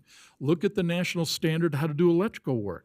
They don't have to spell all that, but they tell the builder, they tell the city to ensure that the person knows in the ordinance that they look at the source of the information. So to your point, I think I can read, Randy, then at least what we ought to do is tell them to go look at the federal standard and go look at the Utah Code in 72-10. It's there. And that will point to a lot of things that are not pointed right now in our ordinance. But obviously, if someone's going to build by an airport, they know there's going to be noise. That's like building down by the train station. You know you're going to hear a train. Well, and what's interesting, and I love that comment, but here's what got my attention, and I'm still trying to figure this out. They can sell it to the airport. They can sell a navigation easement at appraised fair market value. So someone could buy property down by the track station For fair and market- then for fair market value, and then sell it without us having any say. Well, No, but they're selling it to the airport. Right, But what they're selling is they're selling an navigational easement. How is that not which eminent domain? basically says, okay, I want to make sure you understand what that says, because the definition, which is also not found in our ordinance, what a navigational easement is, a navigational means an easement permitting unimpeded aircraft flights over property subject to the easement to include the right to create and increase noise, okay, and to prohibit or remove any obstruction to such overflight. So there's more to this navigation easement than just saying that. There might be a tree on there might be something else on there that basically would be in violation of that, and they're saying is, okay, you don't want me to have it? Then I would say to Ogden Airport, pay me at fair market value to compensate me fairly so I don't have it. And that's that easement. And now tell me, have I just blown all your minds? Because I read this law and I'm saying I don't have a clue what they're talking about. And Matt and I specifically sat in a video conference with the Salt Lake airport people who wrote this, and we had that meeting with them. And if you remember, Matt, we asked about this navigational easement. We tried to get an understanding. In fact, we tried to get a lot of this stuff thrown out of the law before it was approved. Didn't happen. Now we're left with this nightmare, in my opinion, and the only thing we can do is ensure that what we do understand about this somehow is translated into the laws in our city, so that when Brody is asked to build a building or asked to do that, and it falls within that Air Force influence area, then in fact we are make sure that we're covered and that they're doing it according to the law. All I'm saying is, council, my opinion is the ordinance gets close, but it's not quite there. I think there's more work that needs to be done. Okay, I've talked enough. I can surely talk more. Make your comments. Well, so what you're basically saying is to have Brody write some more stuff into the ordinance before we pass it. Or what's the easiest? If we take and we reference state code and CFR, Federal law. yeah, federal law. If can we do that? Is that So, the easiest path forward? There's a lot there. Right. I'll do my best. Okay. The part that is clearly missing is a reference to the Code of Federal Regulations. That should be in our ordinance. That just says any development shall comply with 14 CFR 77. Okay. That should have been in there. We can lecture Planning Commission about it later, but that definitely should be added. The other things the mayor brought up, I'm happy to address them now, or we can kick it back and come back and hash it out Okay, so and bring it back. Yeah, so However you one want me to question work as it. far as like navigation easements, as somebody that is within that zone very closely, what would this do to current property owners? Would we, as current property owners, have to, with the passing of this ordinance? So I think the biggest thing is the navigation easements and this ordinance does nothing for navigation easements. Okay. The navigation easements come in through state law. Right. And I think the intent of the legislature is to create an easement that can be done without doing condemnation or eminent domain. Right, okay. So Okay, is that- they're trying to turn in the property above you Sure. into a marketable Asset. Sure. That's a good way to say it. So it's interesting because an easement has to be done correctly. There has to be, good old contract law and offer and consideration for the easement. It acts as a property right, and it has to be recorded and placed, otherwise you don't have it. So the navigation easements come through the state law, and I think what they're trying to do is to create a mechanism that allow that kind of free market purchase of these things rather than going to a condemnation or eminent domain process. Okay. So we can put in what the state code says into our ordinance. I don't think, we clearly can't require more things than the state code Right, requires. we're only- yeah. We would have to comply with the state law. We can add it to our ordinance. That's up to the council if you want to add that or not. All right, and here's going to be Councilmember Scadden's, like always, plagiarism is the highest form of flattery. Do we have any peer cities that have already taken and done this? So we plagiarized what we could to get this started, but. Okay, fair, all right. No, he's right. Just to be Brody's frank, right. this isn't one that there's one Right. we can go look at. As far as I know, I don't know of anyone that has passed these formally Right. through their city council. Yep. So this is one that. We're trailblazing is what you're Mayor saying. Dandoy has made sure that staff gets this to you clearly before December. So That's the we're Mission way, accomplished. we're way Thank ahead. you. Does this Well- affect Riverdale? Yeah, no. Will, Oh, will. but we Big don't time. care. We don't, yeah, I was gonna say, that's their Okay. problem. They It's haven't, their problem, they haven't but- started anything yet. So But they what do. you're saying, they're gonna but Sophie, plagiarize. they do. Yeah, they're look at going our to copy our work. They're They going to copy may. our homework after our They may, attorneys. they go may through and hash basically it out. plagiarize us. Yeah. Okay. But just so there's no confusion, council, let me just make sure I'm going to read the law. Yeah. And here's what it says.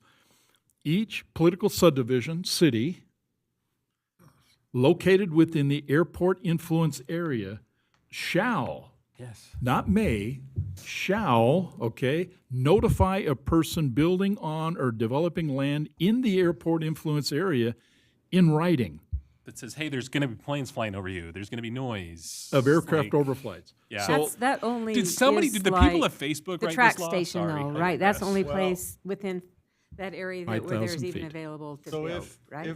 if to talk about this one, it's actually very interesting because subsection 2 says that. Subsection 3 of that statute goes into what political subdivisions that don't pass this law have to do. Oh, yeah, And that specific language is in there again, I know. which to us nerdy lawyers then becomes a very unclear statute that can be challenged Right. because is the requirement for all? Correct. Or is Or- it just for the ones that don't? Because if it's for all, why would you put it in both places? I think they call that ambiguity is the term that I learned in legal terms There you go. being on the Yeah, council. yeah. Ambiguity is, Uh-huh. yeah. So there is some problems there.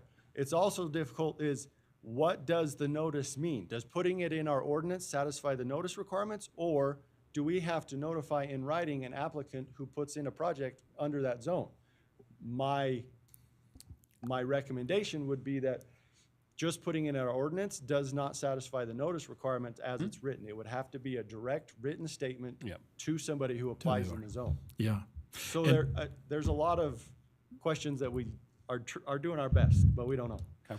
But to answer your question, down the street on 1900, next to the airport, somebody has decided, and I assume have a permit, they're putting a 2 or 3 story building on the side of their house. It's bigger than Dallas. Looks pretty darn nice. It's under construction as we Oh, speak. yeah, I know the people that You used to noticed? live there, yeah. And you know just about everybody that's lived I here. used to bowl with the lady. But- I've been wondering about that, but But there's yeah. an opportunity, so it's actually, if it's a new development, okay? Right. It could very well be influenced by this ordinance, only from the standpoint it's within that 5,000 feet. Council, I would recommend, and you sort of, we have an ordinance in front of us for approval tonight. I can't tell you what to do, but you certainly could consider tabling this and giving Brody and his team, okay, enough time to go visit it, look at it from a couple of different directions, and then come back with something that maybe not only has a map, but also maybe some of the language in here. And I think it gives Brody and his team enough time then to simply says, Mayor, thanks for your input on a couple things, but they're virtually not needed.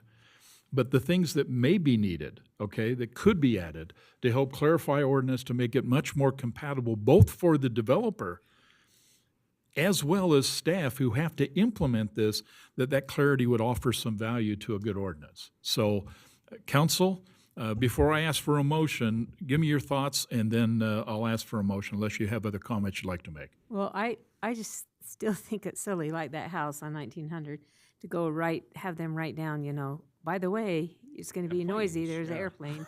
I mean, why would you build there? It's like, like having a house next to a train tracks and have to tell them it's going to be noisy because there's a train that's going to come by. I would jump in a little bit, and not to cut you off.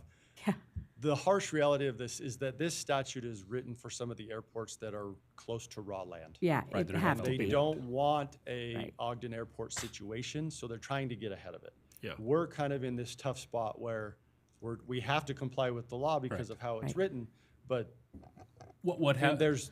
there's very little development going on next to the airport. What So- happens from a redevelopment perspective? Say I add an addition to the back of my house. Am I going to get a notification that says, hey, you've lived here for 13 years, but there's going to be planes flying over?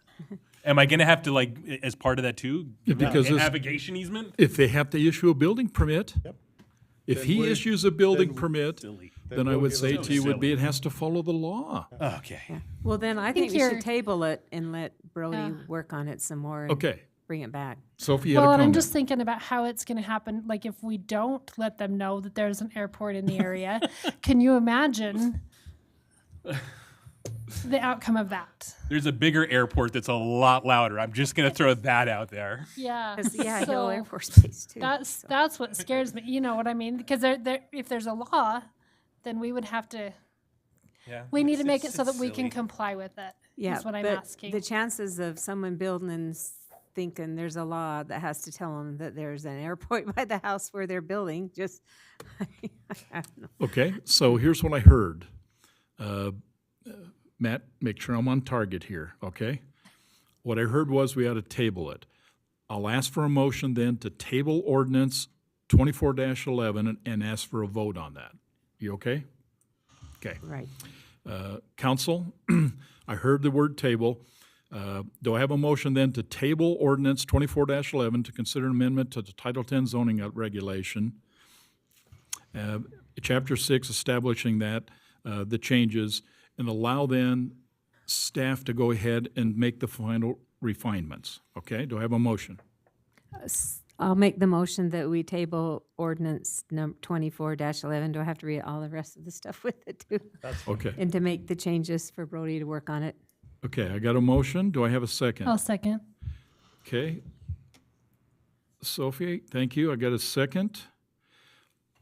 Do I need a roll call or just do all in favor on or this, down. Matt? You don't need to do a roll call. Okay, perfect. I normally would on an ordinance, but this is just tabling it because it'll come back to us as a full-blown ordinance when, okay. All in favor of tabling ordinance 24-11, say aye. Aye. Any opposed?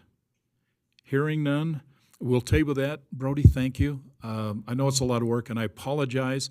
I actually gave you this last Friday. Didn't give you a lot of time over a long weekend to take a shot at it. I'll try to do better, okay? That's all right. We appreciate your comments. One couple of clarifications. Do we want to see a hypothetical map when we bring this up? All we're talking about is drawing a dot in the middle of the runway and then going out 5,000 feet in all That will directions. show the area, yeah. I would like to see, Okay. just, yeah, if it was not too much work.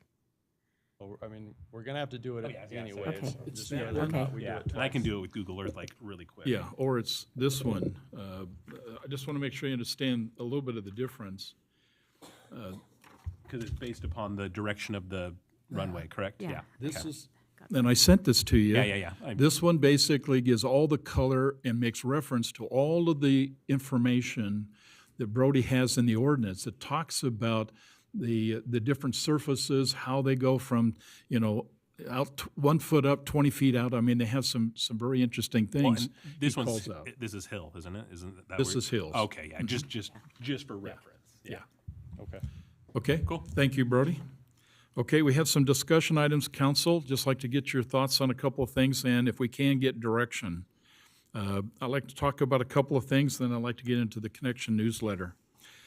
First thing, I'd like to have a conversation about speed limit change on 6,000 South. And specifically on this one, we're talking about the speed limit between 3,500 west down to 4,300 west on 6,000. It's 35 miles an hour up, but it's 25 miles an hour down. And a couple of things that's important just to remember, back in 2018, we hired a contractor, Trans Engineering, to basically do a transportation plan from us, and at the time, the city council approved that. Inside of that document, 6 years ago, the assessment was done on this particular street, and it was recommended then, okay, that they basically go to what they call the 85th percentile measurement speeds, and it recommended a 30 to 35 speed limit change on that piece of road we're talking about. Now, Roy City, as you may be aware of, put in 2 solar-paneled radar speed displays to help control the speed through that area. And by the way, Brandon, thank you, okay? I think it's making a big difference. But in that process, okay, those speed radar systems do 2 things.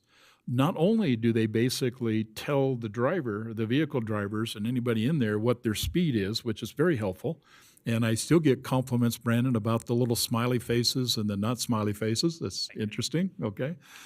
But it also tracks every vehicle's speed, actual speed, 24/7. So when I get a report and I put it in the packet that basically says there are 43,000 cars in the month of July going past there, first I shocked, okay? I didn't realize that's so many. And probably 40,000 live not in Roy. Yeah, that's probably right. And but of those 43,000, interesting enough, all but 25% of them were breaking the law. 75% of those, according to the data, basically was in violation of that 25 miles. So it ran the 85 percentile speed, and it did the calculation, and it came back and clearly stated, okay, that speed limit should be 30. It was clear in the documents. And Brandon, thank you. I think that's solid evidence. We get the emotion out of this. By the way, also, it was approved in the 5-year strategic strategy plan, and you approved that document to also take a look at 6,000 as well as 4,300 and see if, in fact, we should change those speed limits. Well, we brought all that information together, give you a lot of facts, and what we're asking you now, if you would consider allowing the city then to move forward with changing the speed limit on that portion of 6,000 from 25 miles an hour to 30 miles an hour. Comments, questions? I don't drive on that road very much, but that is my area for the Yard of the Month. And I was so annoyed when I had to go down, I mean, 25, I think yeah. needs to be 30. Just like on 4400 when Diane recommended that to be 30. So I am total in favor to making it to 30 miles an hour. Yeah, even when we turned around and increased the speed on 4400, I don't think we've had anybody come back and complain. So No, I don't know Yeah. of anybody that ever has, no, yeah. no, and again, it's the natural flow. I mean, and 100% data driven. This is one of those data driven conversations that we can point back to the data all day long and be like, they're already doing it, so let's. Is this rewarding the behavior though? I'm just teasing. So, but no, I mean the data's there. So I don't. Brian, you have a comment on this? Well, I am probably on 6,000 more than any of us. But the upper half, you're probably not below Well, yeah, 3,500 you're there. That's that 35 much. there. Well, Yeah. but my wife's got a heavy foot to get to Winco. That's 35. But it's probably, Yeah. it's wider up above Yes. than it is. It is narrows as wider. it comes down. Yeah. It Does is it? wider, and I don't know why it is.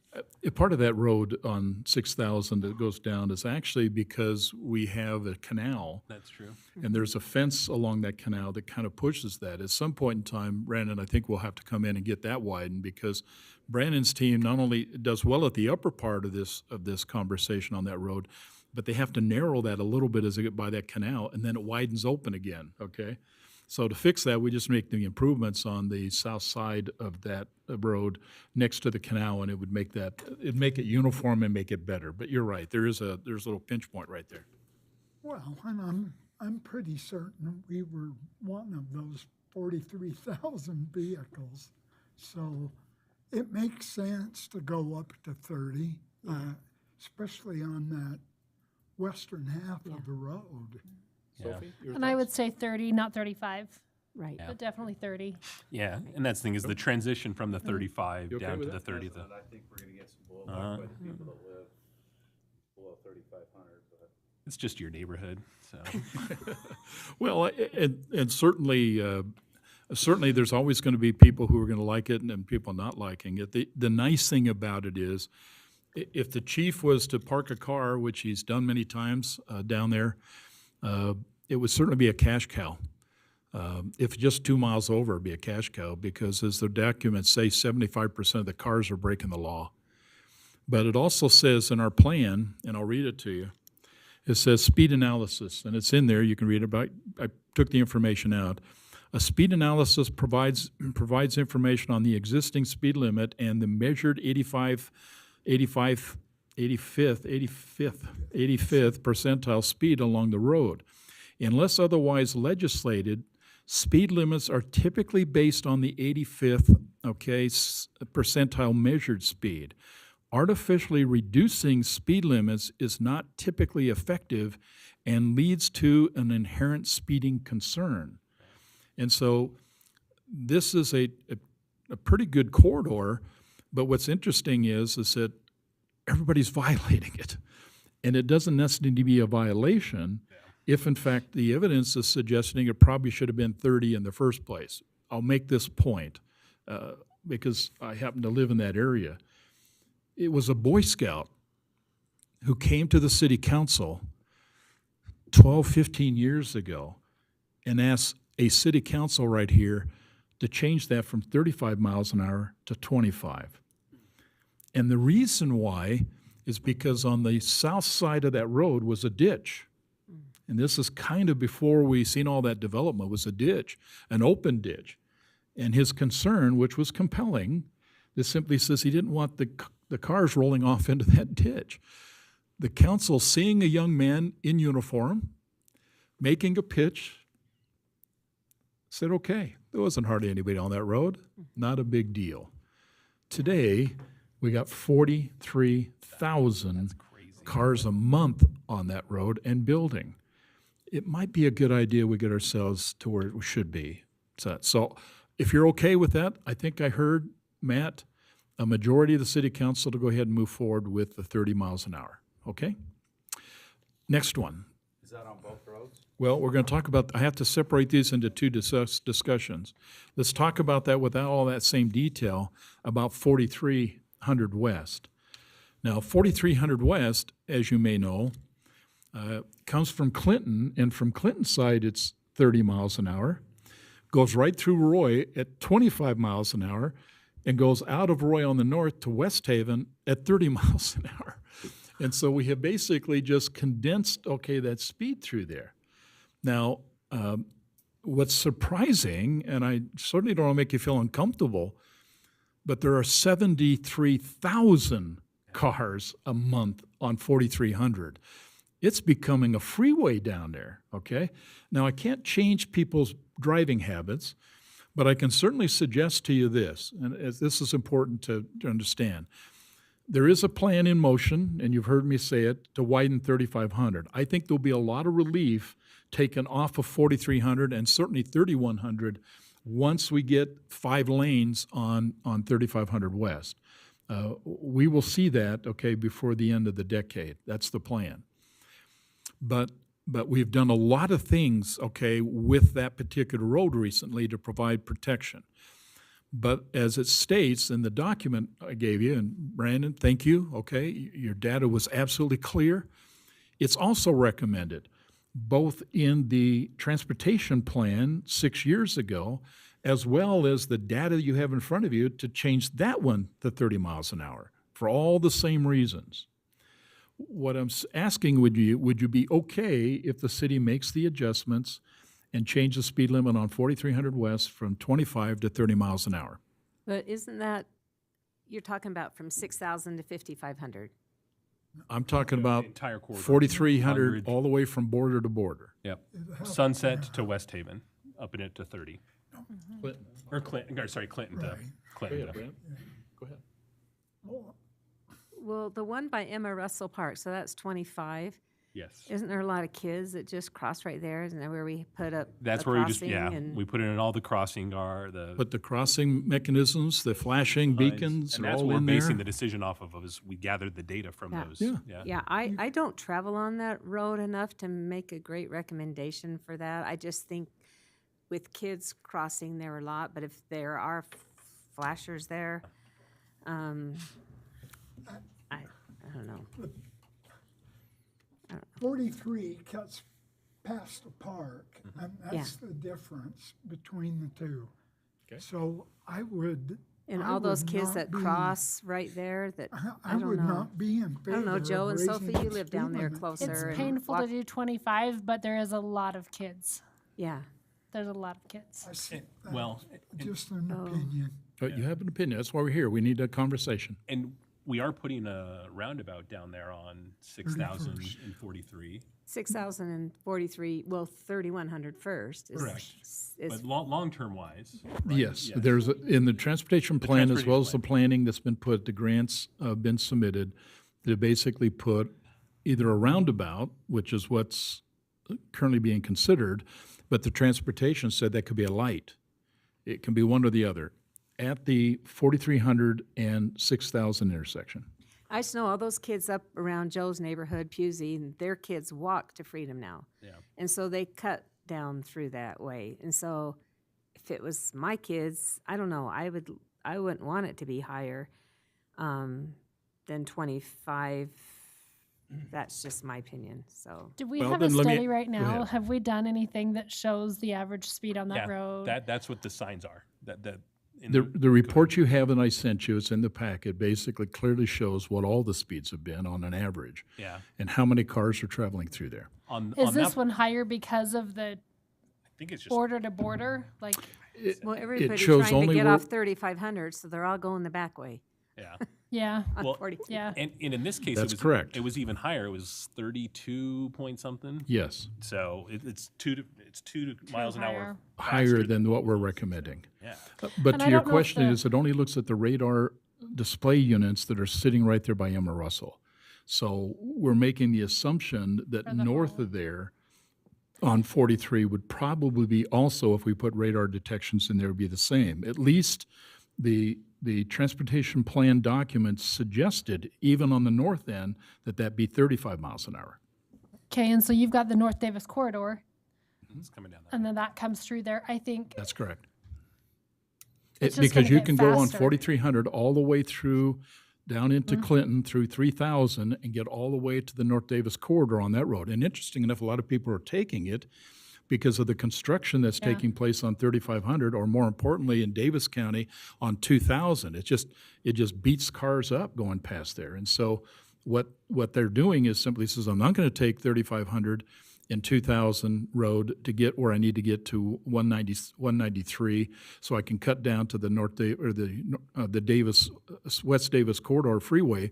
What they're doing is they're dropping to 4300 in Roy, and they're traveling down there and go through all the roundabouts that are all the way down through Clinton Faster. to get there. And they're getting there. And to be honest with you, for a while I was doing the same thing. I didn't want a car to get beat up, but I think that will change. Honestly, I think that will change significantly once 35 goes to 5 lanes. But until then, we're going to have to live with the 73,000 cars a month driving on 4,300. Right. Matt, isn't that the way you usually come, some 4,300? I travel that road a lot. Yeah. And so what do you feel about 25 miles an hour with all the kids and stuff along there?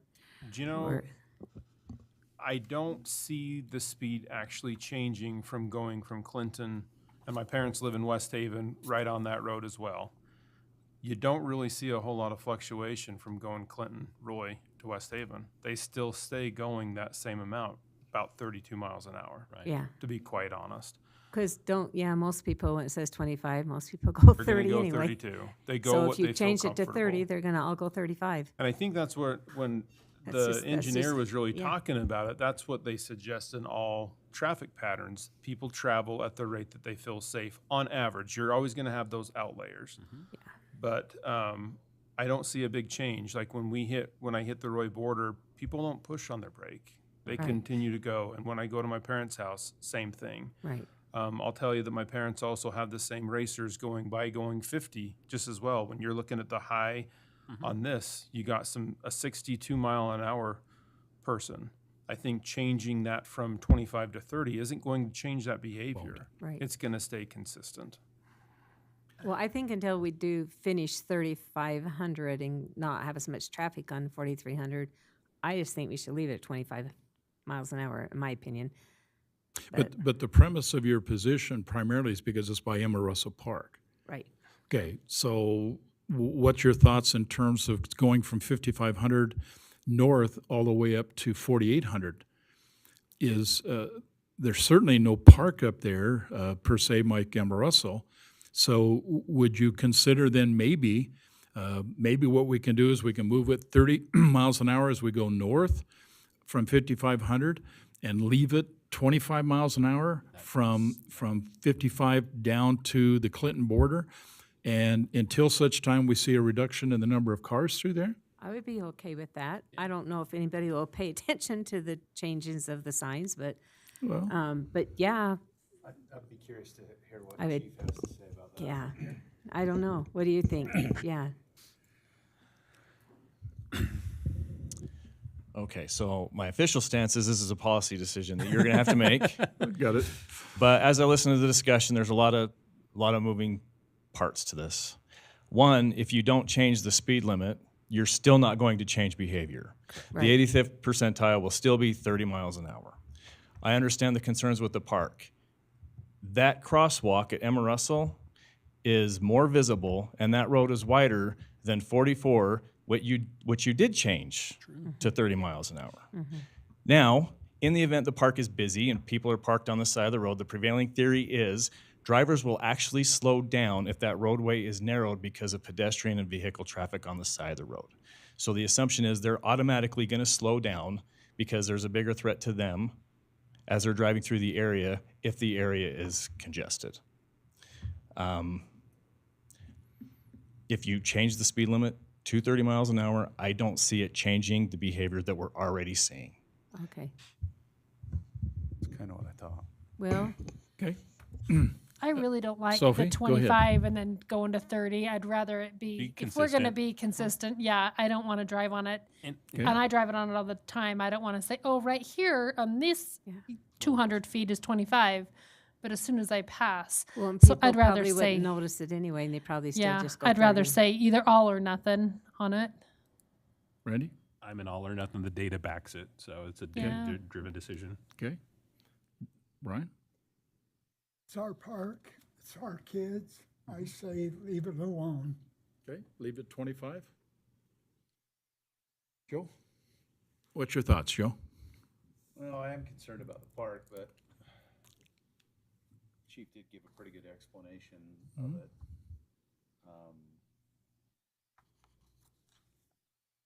I don't know if those speed zones where you're up and down do much. I'd probably change. Change it to 30? Yeah. So Ann? do we have to decide today? Because I want to go drive around now. Well, it's, I've got the Drive up and down discussion. 4300 and look at the crossing and talk to maybe some people that I know live below it and above it and maybe get their opinion. Can we just do the 6,000 one and then the 4,300 the next time? Well, we certainly could do that, but interesting, and I certainly don't want to embarrass any, but I think I got 3 city council members Yeah, if saying you've it's got make 3 it city 30. councils, then So- I'm undecided. Okay. Are we okay then, council, even the majority of us? Okay. Matt, we'll finish this, okay? Thank you, council. We do have, the next item for conversation is the Connection newsletter. Now, let me just, and Matt, I'll ask you to weigh in on this, but let me just make a couple of points, so that there's hopefully no confusion about this. Many of you were here when, in fact, we created and got looped into this idea about the Roy Connection magazine. I loved it. I loved it. It answered so many of the questions the public had. It helped us through so many issues. And certainly it was transparent. And I think at the time, Matt, you can help me, we were seeing 36 pages. It was full of lots of interesting things. And I think just like the magazine today, it's being read. Along the way, over the last few weeks, months, preferably months, there have been changes happening in the magazine. The price of that magazine now is $36,000 the city pays to publish it. And interesting enough, for the last few months, we're seeing just a continual challenges with the magazine in terms of some information in there. Specifically, if you have not read the latest one, let me just give you a couple of things to consider as we walk through this conversation. I can't speak for you, but I received my August magazine on the 27th of August. And everything Okay. was over. And everything that was in there that we put into the magazine, Michelle, information I know you put in there, big events, important events, were almost 20 some odd days after. Weber County actually was holding, and I assume did hold, but I didn't know about it because the magazine never came in, held a town hall meeting in the Roy Library. And our magazine basically was going to be a tool for them. Somebody paid for that. I don't know if we paid for it out of our pot or they paid for it. That happened 12 days before the magazine was ever got to us. So I don't know who showed up to that, but hopefully they got somebody there. If you look at some of the advertisement that's in there, they were placing coupon expiration dates that said, by the time I got my magazine, I had 3 days to decide whether I wanted to cash in on some of that, okay, if I chose to do that. I don't know about you, but that puts at risk in terms of the very people who are up financing that, if in fact we're now putting a magazine out that isn't being effectively handled. And oh, by the way, so there's no confusion here. This is the Roy Connection magazine. It officially says this is our magazine. And it's just sending a wrong message, okay?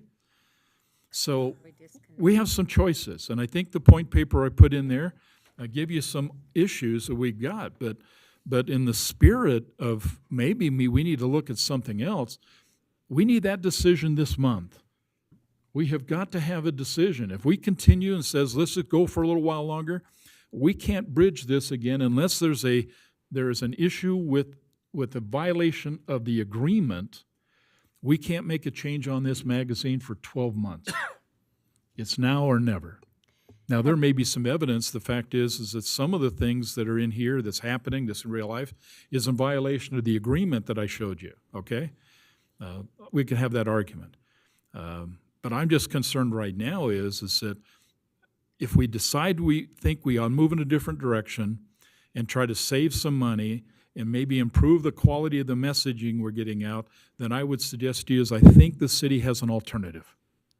And I think it's a good alternative. And I think we can make it work for half the price. Half the price. And we can do it, in essence, is because I know we all were painfully dealing with the issue about a truth and taxation meeting last meeting.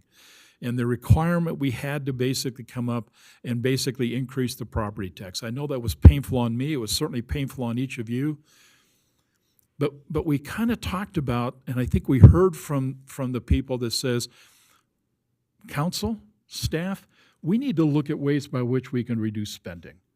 Let's look at things we might be able to do just to make, and so we take less of a burden on our residents and our business owners. Now, if we're paying $36,000 and maybe we can get it done for something significantly less than that, then maybe that's something we should do. But I'm just telling you, I got some concerns with the Roy Connect magazine today. And it's not just the fact it's late. There's lots of things that I'm struggling with, and I'm trying to grasp my mind, and I'm aware of some things, but I won't share them publicly, that may be contributing to this. But this is a Roy City magazine. This is indicative of Roy City. We own this magazine, and the quality of the product is represented in our ability as a city. And when it fails, then we have failed. And so I'm asking you to consider tonight and give us some direction, give us your thoughts. I'm asking you to consider then that we basically notify the magazine that we're going to basically terminate the agreement in the next 60 days. And that will give us, staff, an opportunity, and we've got this fleshed out. We give you some samples.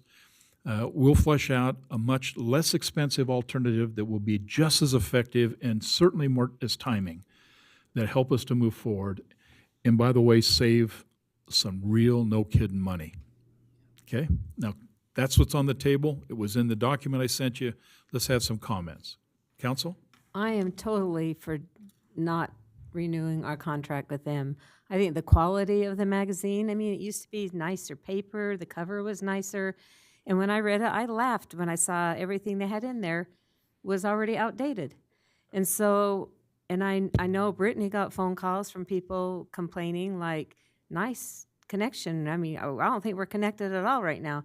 And so $36,000, if we can save money anyway, and so send out something in like the water bill or put more stuff online for those who, maybe don't get the water bill. I still do. I still write a check. I'm old, I know.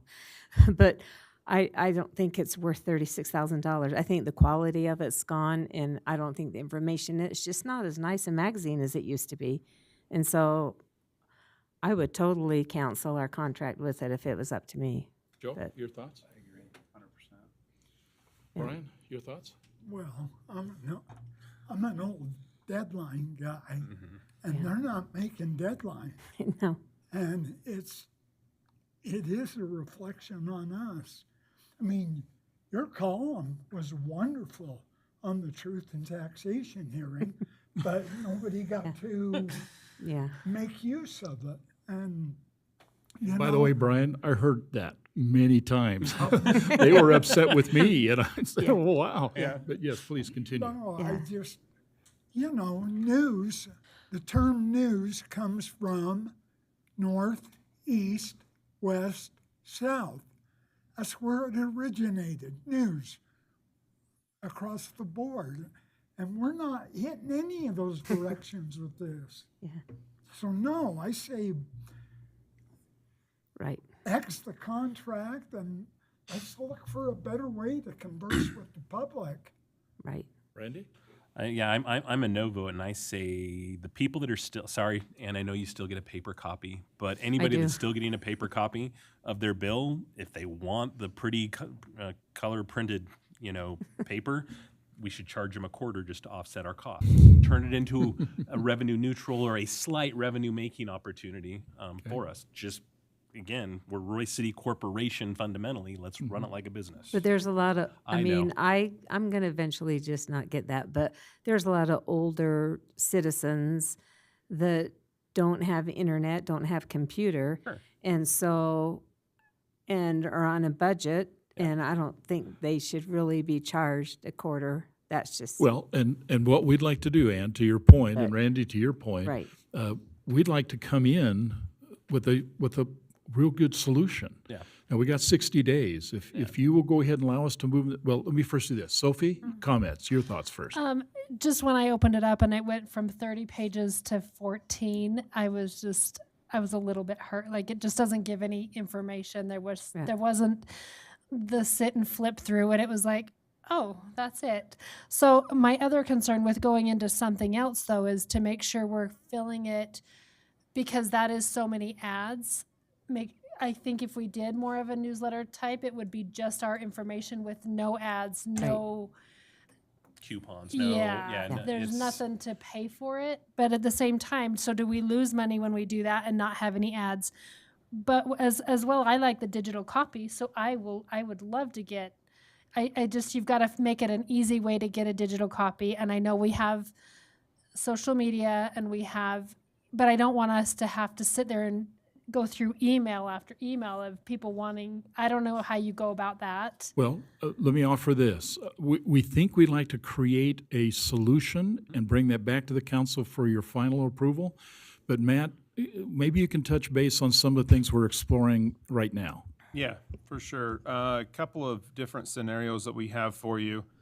Great job, Mayor, by the way, but for setting this up. Two different scenarios. Right now, the Connection magazine is sent out by a saturation email. Basically, I'm not saying Connection is junk, but it's basically sent out like junk mail. Every address gets it. Every post office, every post box gets it.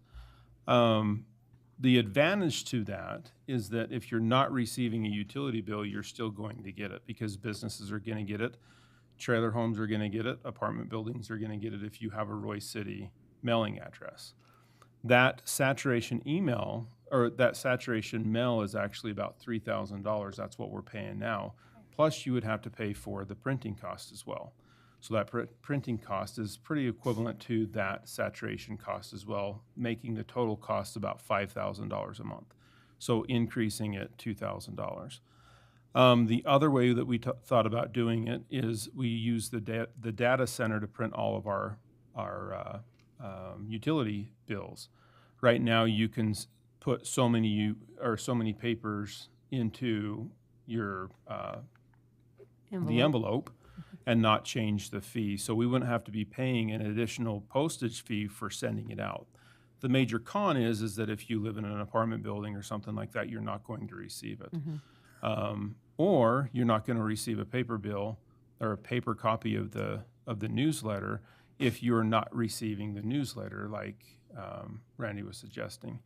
But with that, we do have the ability to send it out through Express. When you sign up for electronic billing, we can send those out and not have to manually do it. We can just push a button and everybody on the paper copy or the paperless copy would receive that utility bill.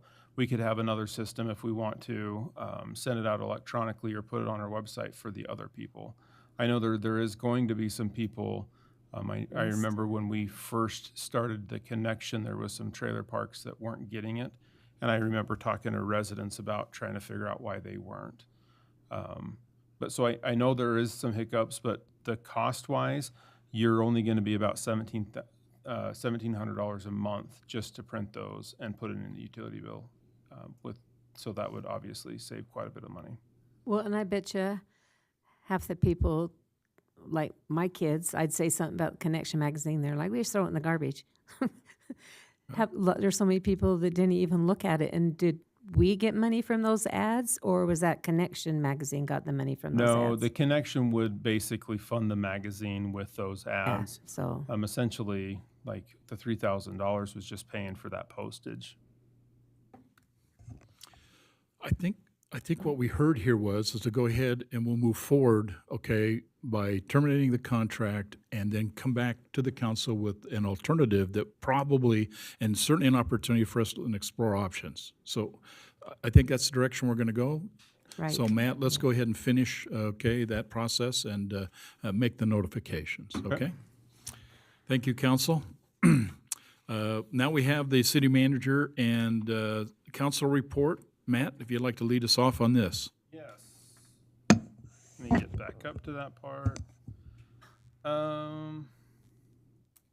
That's a long agenda. My apologies. Okay. A couple of council meetings ago, we talked about setting some dates out to city council and the mayor about future events. We were holding off on that primarily because of the budget. You've seen in your email today some of those dates, and with that, we have decided to cancel the trunk or treat this year because of the budget cuts. The main reason is because we have 3 events other than the Roy Days events, the trunk or treat, the lighting, and the Easter egg hunt. And we, instead of making just mediocre events, we were looking to say, let's maximize the events because Waste Management's really with the Easter egg hunt. And the lighting ceremony is actually pretty minimal cost to just cancel that because of some of the budget cuts. So I wanted to kind of make an announcement for that, but you did see that in your email today. I wanted to go over tonight, this is going to be a little lengthy, so my apologies, but some of the projects that we are doing in the city and the status of those projects. I'm going to be pretty brief on a lot of them, with exception to maybe just the one. The first one is the 6,000 South, 3,500 West. Jay Cottle came in today, have known him for a very long time. That's the area I grew up in. Talking about that road of 3,100 West. What's staggering about that, so in a nutshell, where we're at is we're anticipating putting that out to bid in January. We'll know more of the timeline in January once we start getting those bids back about the timeline, but most likely it will be in the spring. That's what we're anticipating with that. We are very, very close on the budget. But what I wanted to go over is it's pretty staggering when you apply for a grant for $760,000 back in 2019. That's how long ago we applied for it. It's expected to be around $2 million. And that's why we don't have the money to spend on the widening of the project. So there's a lot of strings attached. Is that something that we would like to do? Absolutely. I've heard from the neighboring city that they would like to continue on that sidewalk just as much as we would like to continue on that sidewalk. That's something that we would like to look in the future, maybe future grants, things like that. But in a nutshell, the reason why that road is just funds, is we don't have the funds, and it's literally over 2 times the amount of when we were originally projecting it in 2019. Unfortunately, we're seeing a lot of that in the city. I know the last city council meeting, we talked a lot about that as well. So I can only anticipate that type of stuff is going to continue to happen. The next one is... Let me just make a comment if I can on that one particularly. I remember that came in when we first had the conversation at $670,000. That was the estimate. And the previous public works director in the meeting basically proposed and suggested is let's consider as part of the package to go ahead. We'll go in for a little extra money. I think it was, Brandon, it was like $1.1 million or $1.2 million. And then that would allow us then to widen 3,100 all the way down to the border. And we said, that's great. And so the project was going into that. And then when Brandon and Matt showed us the price of this is every bit of that just to get to the roundabout. There are 2 concerns I just want to share with you, and I think maybe we ought to have a good conversation. Why would we ever want to put another roundabout in Roy City? If $2 million of taxpayers' money is going to be used to put some dirt in the middle of the street and basically put pavement over the top, I can't imagine why we would ever do that again. And I say that to you because right behind this one is the 4,300 west and 6,000. It's right behind it. White versus a roundabout cost. I would say you're probably right there close in the ballpark. The only thing, I mean, we're doing a railroad crossing on 4,000, just the panels to cross the road are $1 million. yeah, and he's going to talk about that here in a second.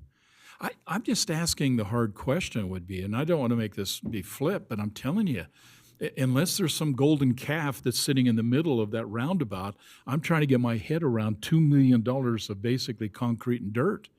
So that's how much the one on 6,000 and 3,100 is going to be. $2 million just for the roundabout. And then we got to come up with probably another million or something like that to finish the widening project if we choose to widen that somewhere. So that's the church property on the west side of that 3,100, right? Yes. That's that. Yes, but we bought the property. Roy City bought the property on all four corners of that already. I Right. remember signing that documents. That's part of this bill, but for what they're going to have to pay to finish this, $2 million for a roundabout? My heavens, put a four-way stop sign out there with flashing lights and call it a day. I mean, I hate to think that that's what it is, and sorry for that comment, Chief, but I'm just telling you. I'm trying to get my head around this cost. Haven't we already bought the property though? We're committed to this. So we bought the corner, we haven't bought the full length of the property to For the widen. widening, no. The That's corner, the yes. That's the other part we have to finish. From 6,000 to the Clinton To the Clinton border. We don't border. have that property right there. We were planning to it. It was planned to do that. We were going to finish this as one project. But as Brandon and Matt just indicated, the full cost to put just the roundabout in there is going to consume all of the money that we planned to do both of those projects. So have you ever talked to some of the asphalt companies? Do they ever do like good deeds? And like, Sounds like a I don't know if they some give us type a of $2 million good deed. ball court, but go ahead, please yeah, continue. I don't know. I just thought, because I know that Parsons pays for our fireworks for Roy City. So I don't know how much that is and how much a Yeah. road costs. This but- roundabout's actually, my understanding is going to be cement. yeah, but I'm just talking about finishing the road. Oh, finishing the roadway. Yeah, down that side, because that's not a very, how far is that? Is that not even a mile? I think it's 700 feet. 700 feet. Could- So, I mean, the issue is we have to buy the property from the church, so that's Okay. a couple $100,000, I would imagine, with the way property values are. And then we have to have it engineered, and unfortunately, and that's the bonus of not tying it to this project, is we're not held to the federal guidelines. And that's the tough part with these grants, is we have so many studies and so many hoops that we have to jump through. And that's a lot of the cost. And the grants are great because Yeah. it does save us a lot of money, but at the same time, we spend a lot of money on jumping through hoops. So. And going through each one of these projects, a lot of them are hung up by some of these studies that are mandated because of these types of grants. Yeah. And oftentimes, just like this roundabout, when we initially went to receive the grant, it was 2019 in January, and the costs just continue to go up. Yeah. And, you know, oftentimes you wait so long for it, would have been just better just to do it at the $760,000 ourselves. And just to be frank, it's difficult to apply for these grants because oftentimes these grants aren't 100%. These grants come with a match. That's right. And we're having to come up with these matches with ramp grants and with all these different grants through the city. And when we're so tight, it's hard to look for these types of projects that we can say, yeah, in 10 years, we're going to have an excess of $2 million to match on these funds. So, Well, so is only one company do roundabouts? no, there's It going to still be. goes through the bid process. Yeah. So It that's does we're go gonna- through the bid Yeah, process? so in Mhm. January, and these are rough numbers. Hopefully, maybe they'll come back lower. These are just, you know, what the engineers are guessing what the numbers are gonna come back at, and they're usually fairly close. Well, my intent of making the comment was not to deviate it.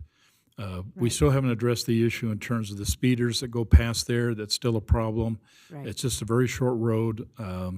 We could certainly talk an issue about, some type of a hump or some other thing. There might be some options we need to consider. But I certainly want to bring it to your attention, Council. A lot has changed on this project since it was conceived. And it was conceived in large part because we had one death at that intersection, and I think the report, if I remember right, we had 12 accidents right there on that. And I appreciate the fact that Public Works put the flashing signs.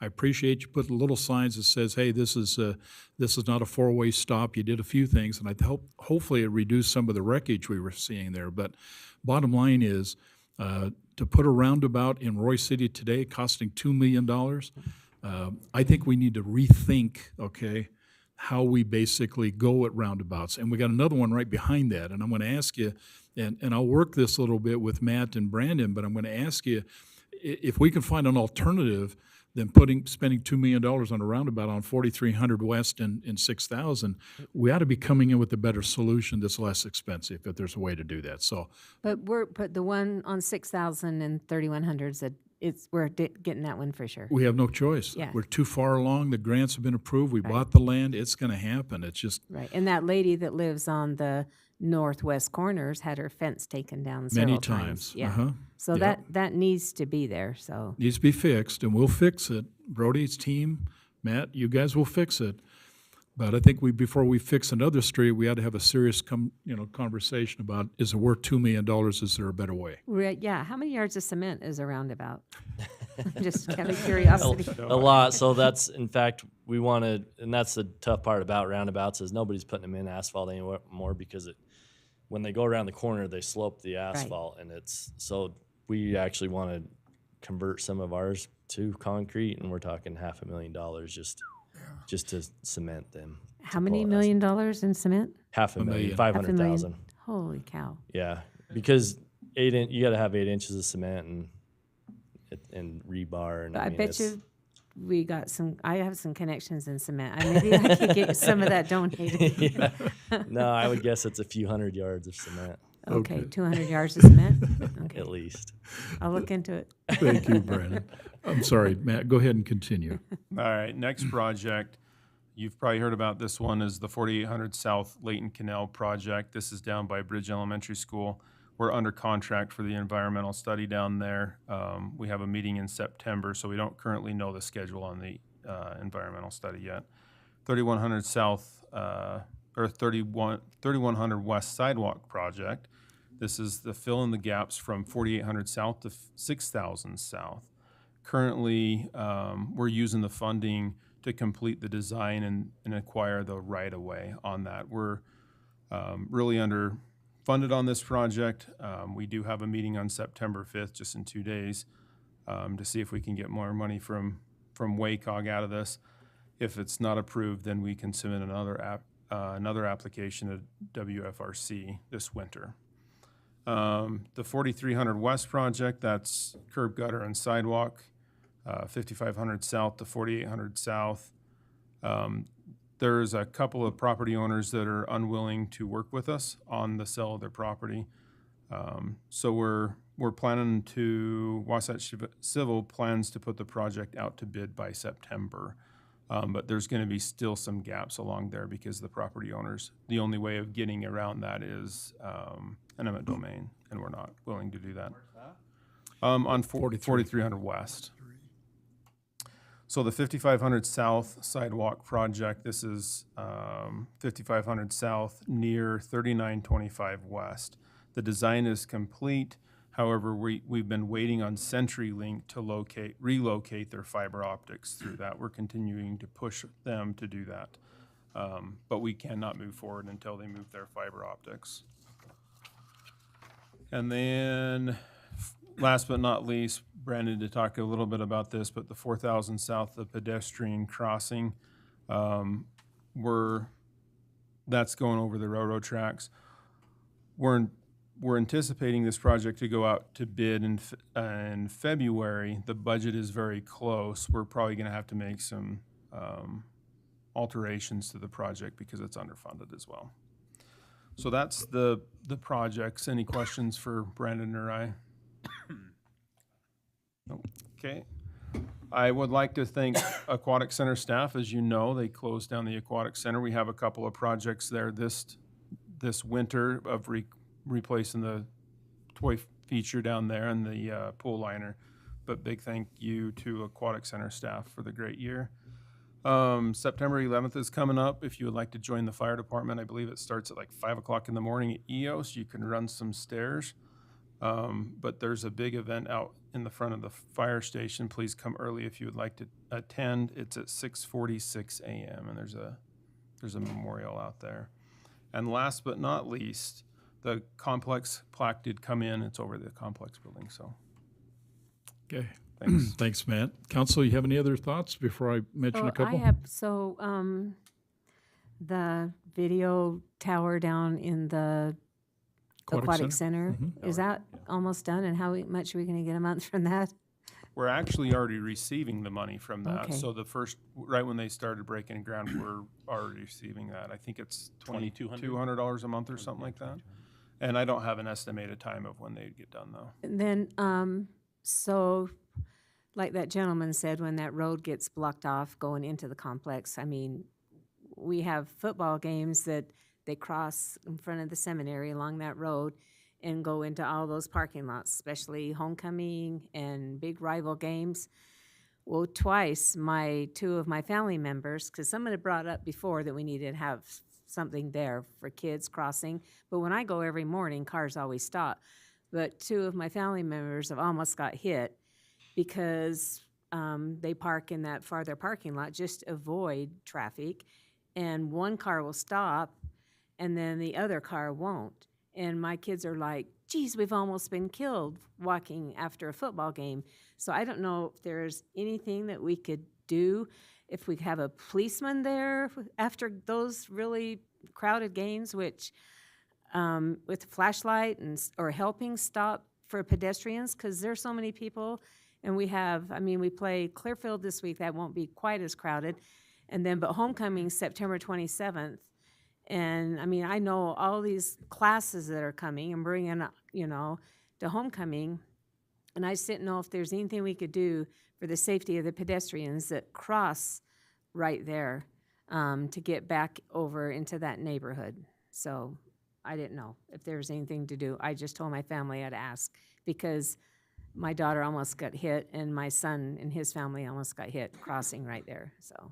Do you think some of it is due to people parking there and making it so you can't see the pedestrian, or do you think they it's... stop right they stop right by the seminary to cross, and one car will stop and they'll start to walk, and then the other car coming east or west, or usually going east. And then, my daughter's said some things to some of the people because they've almost hit them, but I don't know. It's just, it's been happening quite a bit. And so I just didn't know, maybe on homecoming, if it was, I didn't know if that was something that was even feasible, that we could have somebody there just at the pedestrian walk for Well, the high school typically provides overtime for an officer. We can certainly ask them if they're Okay. available to go sit at that crosswalk. Typically at night, when someone's stopping, if they see a pedestrian on the side of the road, their headlights are actually, the light is illuminating through the person, and so they're not as visible Right. to traffic coming the other way. So whoever's crossing, if they're wearing high visibility clothing, flashers, those kinds of things, we can certainly ask our officers to pay attention to that intersection. But usually they're working on getting people out of the facility. They're, looking for fights, those kinds of things that typically happen at the football games. We can ask. I can't always guarantee they're going to be there. Okay, so it'd be our resource officer? It would be, so they typically will have a resource officer, and they actually have 2 additional officers that they actually pay for to be there that night. Okay. And so I have no problem asking them Okay. to pay particular attention. I can't guarantee they're going to be there. Okay, so if we did get them there, then the high school would pay for it. Is that what you're saying? Correct. Because they would be there as part of their assignment anyway. Okay. Okay, I'll have to ask the high school too. And I can reach out to the SROs and just make sure they're Okay. paying attention to that crosswalk. Okay, sounds good. Okay. I'm just wondering, can you turn on the flashing lights at night? I know they usually don't like to because it gives that, it's out of the ordinary, but Can they turn up? They can't turn Those, on. yeah, those are school zone lights, School and zone, that's so not it's the not. function that they were created for. Okay. Yeah. Oh, so it's not at night after game. Okay. But that brings up a good point. What about those pedestrian beacon lights we put down on 43 and a few other places in the city? That's probably not a bad location for them. Yeah, in the mornings too, because I mean, kids cross there every morning. I wait for. And that's kids to not cross. regulated with crosswalks because it's for the high school, it's not elementary school. So I believe that location would be appropriate for a flashing Right. beacon. Okay. Is that something we have on hand, or is that something we have to order? You got any beacons, Brandon? Okay. Wait, how fast can you get that up there, Brandon? Well, I'd like to take that as an action in our next meeting, but let's do this, if you don't mind. And you brought it up, let's put information together on a sheet, bring it to the council for approval. If Brandon can confirm, Matt, if you can confirm with Brandon, that in fact, we have access and extra, then we'll need some expertise in terms of the placement of that. But if they could be pedestrian activated light that will help them to know that somebody's entering that particular crosswalk, that could be very beneficial and safe.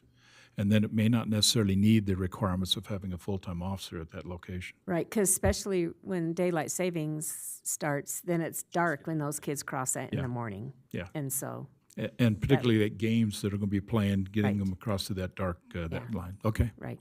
Let's Okay. look at that, Matt, as an action. And then let's come back to the city council, and Ann, we'll ask for some of your input in terms of putting the worksheet together to present to the city council. Okay? Okay. Anything else? Okay, I have just a couple of things. Matt and I are going to tour Northrop Grumman. They do have some classified facilities over there at the Roy Innovation Center. We probably won't get into that, but we're going to get to see a lot of stuff. This will happen on the 12th of September. Looking forward to that. We'll come back and report. And I would like, if I can, just take a second and talk about Senior Center. I will tell you, I'm sending you everything we possibly can on that. That decision's coming close. I'm waiting for some final decisions from West Point and West Haven, and Hooper. I hope to have that information this week so I can finish. But I'm indicating to you is that it seems at this moment coming down to if Roy City can basically find some way to contribute $12,000, either we do that solely or we basically share that with West Haven and we share it with Hooper. Then maybe I think Roy City has an excellent chance to retain our senior center. I hate to say that. We got one of the best, if not the best senior center in the county. But this thing's becoming so complicated, okay? But we have been sharing that with you. So if you read the data and the stuff we're sending to you, I will indicate to you it's getting kind of interesting. Any of the other cities interested in contributing? There, South Ogden and West Washington Terrace have got a handshake agreement. There's a $12,000 exchange that South Ogden's willing to give. And currently, Harrisville is giving some money, or Pleasant View is giving some money to North Ogden for their senior center, which has made it very attractive. Ogden is not asking, but Ogden, they got 9,000 people in their city that are categorized as seniors, and so they carry a pretty healthy a group already. Here's how I see it, if it's worth anything to you. Roy City's in the game. The game changer, I think, is going to be if we can find a little extra money. But I think it's going to come down between Roy and Riverdale. So do we need $12,000 a year to run, $12,000 a keep our year. senior center? And so you're asking West Haven and Hooper for, I'm asking them to contribute. We're putting in today, just to, and Matt can confirm the numbers. We're putting in a yearly requirement to help keep the Hope Center operational, which obviously is supporting the senior centers 5 days a week, basically 8 hours a day. We're kicking in anywhere from $80,000 to $90,000 to maintain that,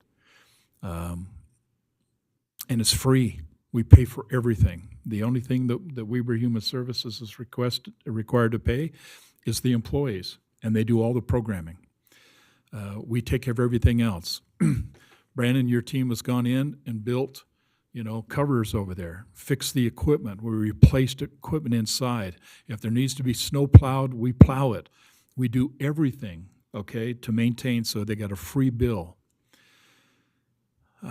All I can say to you is this, okay? And I'm as frustrated as anybody on this topic. It seems to come down to $12,000. Well, how much are we making off the Verizon cell tower? 2,200 a month. A month. Could we use That's half, already- half of that? Isn't that already accounted for in the budget? It's already allocated. In the budget. Oh, yeah. is it? So it's not like, Well, so, but the county pays right now it's approximately, what, $78,000 a year for us to keep that there? And they pay for the food and then the wages of like And Kathy. all the and employees, they the handle. employees. Yeah, they're the experts in terms of aging services, and our position has been is they need to continue to do that. They have access to federal and state grants that allows them to fund these aging services, the requirements. I remember one time, if it's worth anything to you, there being a bus, in fact, 2 buses pulled out there, and they were taking our seniors, okay, to Windover. They fund the whole thing. They're just big activities. All that you see dealing with seniors over there, they manage, they handle, they do it. And our senior centers love it. It's a great location. It's a great service. I mean, we're one of the best, if not in the county, certainly the state. I'm just saying is we're just doing a great job, but the pendulum is shifting, and right now the issue is coming down to simply says 3 centers will be all that comes out of this. And just because they want to save money and put their money somewhere else, the county does. They don't want to give it to us anymore, right? It's come down to, in my opinion, is that they can no longer fund, okay, they're willing to fund up to $76,000 a year for all staff. And to be anything over that, to be able to manage the program, they need probably an extra $10,000 to $12,000 to do it. That's my opinion. And so now the question is going to be is it's kind of in their court. I've asked both West Haven as well as Hooper to see if they would be willing to contribute. Because their seniors would typically come to Roy, and I think they do today, would come to Roy and take advantage of that. Because the senior services that are currently being provided in West Haven and Hooper, specifically in Hooper, every week, the Weber Human Services has a meal down there once a week. That will end, okay, when Weber Human Services selects 3. That all come to a close. And the similar program they have sitting over in West Haven, that all goes away. So we think it would be advantageous that they would just simply come up to Roy. It's a little bit of a drive, but it's certainly closer than other places being considered. So did you ask them for, if they paid $4,000, West Haven paid $4,000, could we come up with $4,000? I ask him all of that. Yeah. Waiting for a decision, Okay. which one, I hope to get a decision Thursday night, because I think Hooper is basically having a city council meeting then. So Okay. I'm waiting for a decision, but my time is running out because Weber Human Services is asking for changes to our letters of interest. And to be honest with you, I have nothing to change on at this moment unless I get you to basically says, hey, I'm willing to throw in the money or a portion of the money, and I get to West Haven and Hooper willing to contribute. This is all coming down to that $12,000, I think, and that's where we sit right now So today. you contacted Sherry and I contacted Vanderwood, Rob. and they haven't, and Sherry got back with you, but. She's waiting for a decision coming about her council. Okay. I'm working it all sides, waiting for a decision, but Roy City can only do so much, and I don't make the decision for those cities. And yet, if I can be blunt, whichever city is selected for the senior center, then more than likely, all of the cities on the south end of this county will be coming into that senior center because that's where they're going to have the programming and that's where they're going to have the meals. And can we handle that many more people? We in think our we city? can. We think we can. We only use a portion of that. When I go in there and sit up for the Cold War medals, I'm only taking down 9 tables. But I'll bet you I can probably put twice that many in there for people to eat. So I'm actually confident that we can make it work, and they're confident. It just, we can only do so When much. do we have to know this by? I was supposed to have it done by the end of August, 1st of September. I've asked them give me a little more time for us to basically get confirmation from the two cities. Once I get confirmation one way or another, we can go forward. I'm hoping to have this thing pretty well all done. Matt coordinate on it, make sure we're comfortable, have this done by the middle of next week. But I can't do anything until I get the word from those two cities. I'll make some phone calls too. So. If you want to talk to Jim, or to James, yeah. Okay. Yeah. Those are the things I've got. Anything else before I ask for another motion? Okay, thank you, council. I do need to have a motion then to enter a closed-door meeting, so I need a motion to enter a closed-door meeting. Motion to, or Thank you, Randy. Okay, do I have a second? Wait. Oh, I'm sorry. Okay. It's in the thing. Motion to enter a closed-door meeting for the strategic discussion on potential sale of real property. Yeah, thank you. Yep. Thank you, Matt. That's important we get that. And by the way, with that declaration, the conversation has to stay within that particular framework of the thing. I've got a motion then to go into a closed-door meeting. Do I have a second? I'll second it. Ann, thank you. Okay, all in favor, say aye. Aye. Do I hear any opposed? Hearing none. We're going to walk into the conference room, or we're going to hold it here? Maybe I think we're doing it here. I guess so the conference would We be have to on record this one. We do have to record it. but- Okay, then we'll have it here. Interesting enough, these closed-door meetings are just simply between the council and a couple of people, so everybody has to leave, okay? So, thank you, okay, thanks for your attendance. And by the way, for the record, whatever comes out in a closed-door meeting that deals with real estate also has to be approved in a public meeting at a later date. We're just going to discuss a few things, so thank you. Closed door meeting stays in closed door meeting. Yeah, it's a closed-door meeting, okay.